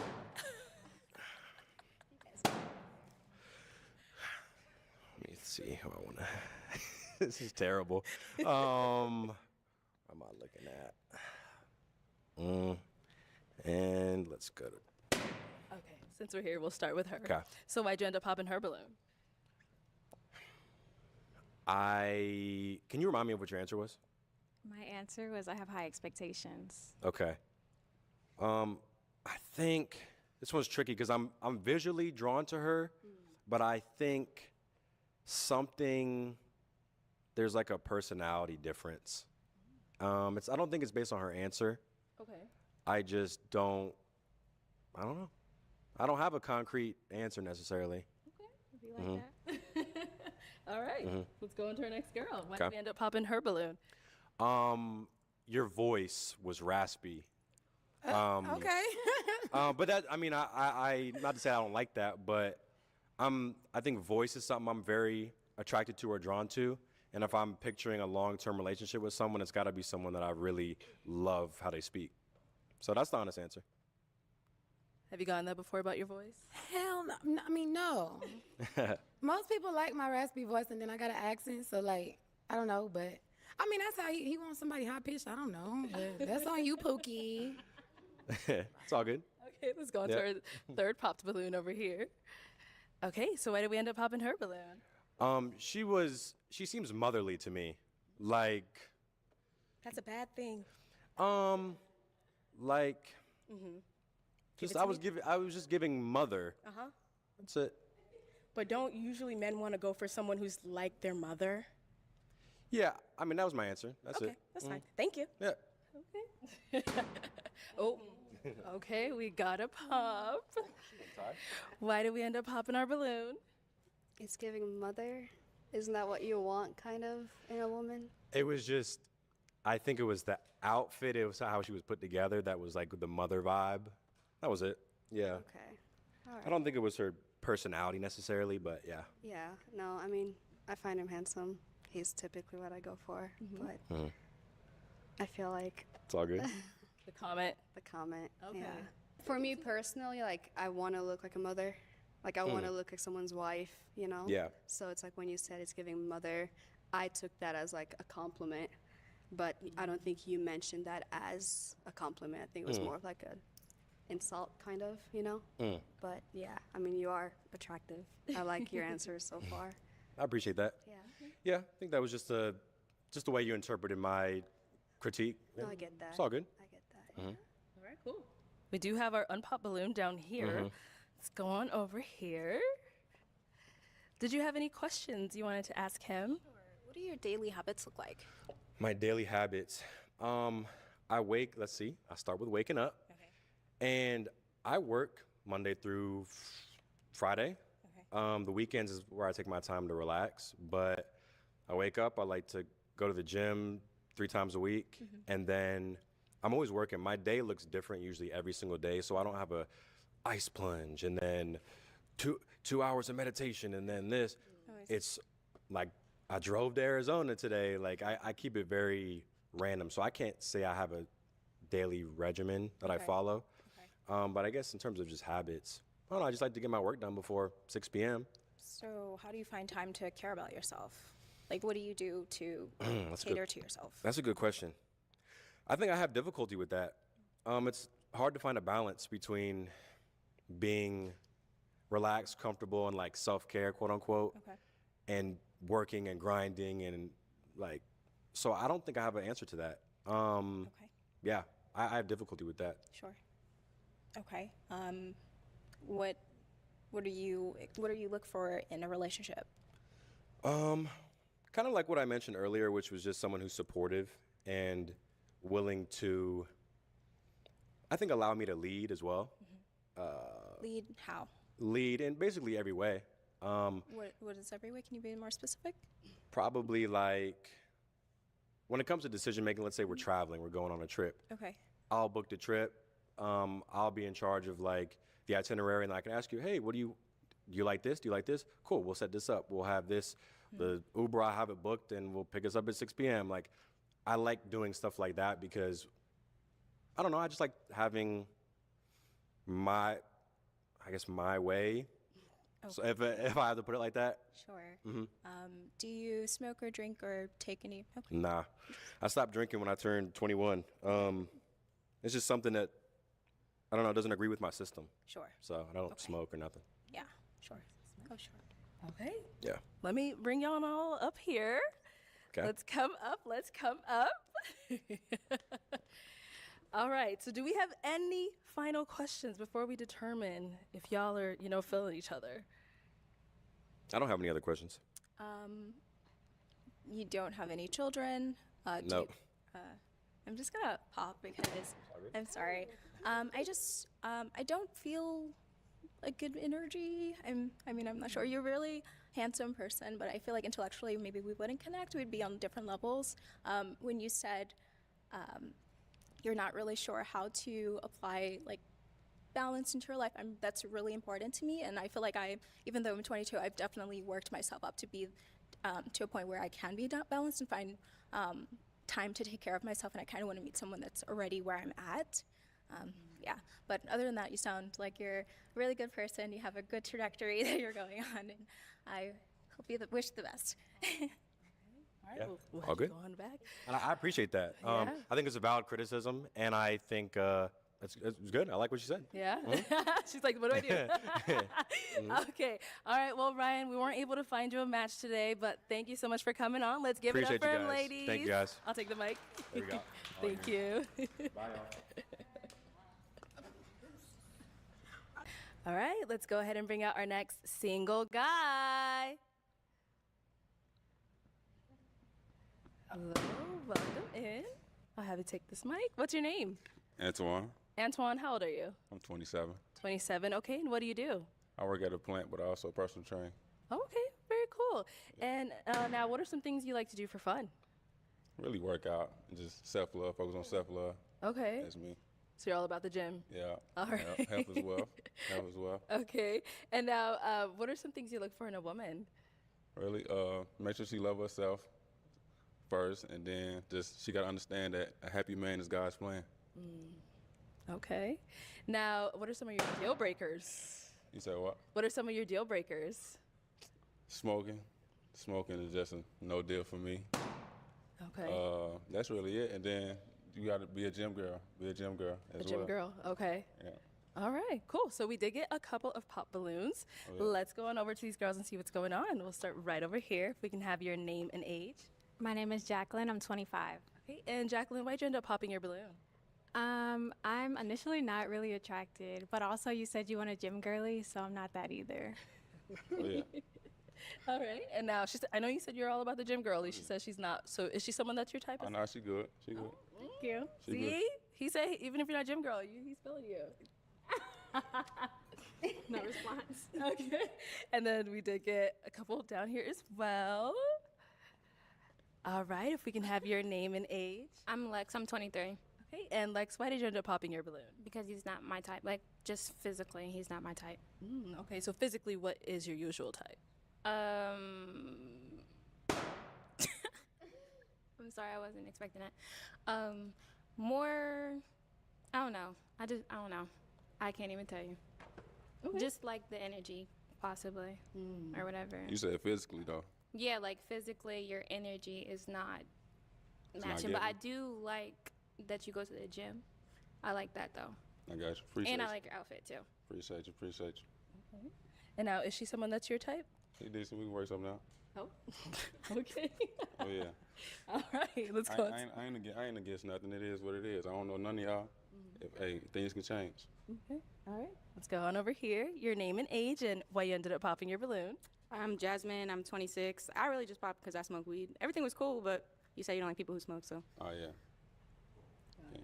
Okay. Same thing. I know Same you say thing. everybody's cool, but Smoking, smoke. I can't do no smoking. can't do that. That's cool. I respect it. Okay. Let's go on over here. If we can have your name and age. Hi, my name is Mishna. I'm 23. And Mishna, why'd you end up popping your balloon? I popped my balloon because at first you said you're a personal trainer, but then I heard you speak about how much God is in your life, and I was like, darn it. But then I also I just felt like, more or less, I just don't see us being compatible with you being so big into the gym. I'm yeah. not a gym girly whatsoever. I personally dance. That's my choice of exercise. So I didn't want you going to the gym and me being like, no, I'm good. I didn't want that to be an issue. So I just figured I'd just rather separate myself. I understand. That's one thing I should have emphasized on. As long as you've been active. See, there you go. Active is active. This could have been a thing. It's Oh, okay. yeah. It's okay. Better than next time. Okay. And so apart from him saying the whole gym thing, is he someone that is your type though? He's definitely someone my parents would like. I feel like you walked in the door and they'd be like, oh, thank you, Jesus. Like, she finally got a husband. No, but like, definitely you are more or less my type. It's just, it happens. People make mistakes. It's okay. Okay. All right, Yeah. cool. We do have one more here. We can have your name and age. Hi, I'm Karma. I'm 24. And Karma, why did we end up popping our balloon? I just wasn't feeling the chemistry, but then you said that the smoke weed thing, and I do smoke weed, even though it's not my biggest partake and it's not something I would hold on forever. It's something I do right now. Same way with gym. I don't mind. I would take on to your same things and be able to do it together, but you know, chemistry is a thing too. So it's all. Man, respect it. Okay. All right. And now, Antoine, is she someone that's your type? Again, I don't know nobody, but at the end of the day, if the chemistry there is there. Absolutely. I don't pick and choose. We love a God's man. I Okay. don't pick and choose. All I right. don't pick and choose. All right, cool. And I think we did get a couple that we missed. If we can have your name and age. Charisma, and I'm 27. Okay, and Charisma, why'd you end up popping your balloon? I mean, I smoke a little weed here and there, so that's one of his deal breakers. So. Got it. Okay, and then before he said that you did have unpopped, why did you? I mean, he's handsome. I like the whole put together everything. So yeah. Okay. Mm-hmm. Now I know you're gonna say the same thing again, and we want something different. There you Okay, go, there you we go. need something different. So, is she someone that you would approach if you saw her out? Somebody I approach, I would say no, just because I'm more of a petite guy. I'm more of a petite guy. Okay. All right. Thank you. Let's go back over here. All right. If we can have your name and age. I'm Esther. I'm 23. Okay. And Esther, why did you end up popping your balloon? Just physical attraction. I'm not as Am I attracted to ugly? him. You're not ugly. No. I got you. It's not that. It's just not. It ain't giving. No, it's given. You look good. I like your outfit. I got you. But it's just a physical thing, physical attraction. Okay. So, is there something? Because he's trying to figure it out too. What is it? We want to Yeah, a know. lot of y'all said physical attraction. I feel like you feel me? You are handsome. Just got not to me. Damn, I got you though. Yeah. Appreciate you. I'm sorry. Appreciate It's it, just that. appreciate it. Great teeth too. I keep like staring at your teeth. Great teeth, physical fit. There's outfit like- look good. What is it though? Let me know so I can work on it. Hello? Self improvement. It's like beauty is in the eye of the beholder. You know, you are someone else's cup of tea, just not mine. I got you. Okay. Now, how are you feeling, Esther? Would you approach her if you saw her out? I probably would. I probably would. All right, cool. Thank you. So we do still have 3 unpopped balloons. I'm gonna go ahead and have you ask the ladies a question to kind of help you narrow it down, see who's more your type. So I already got the gym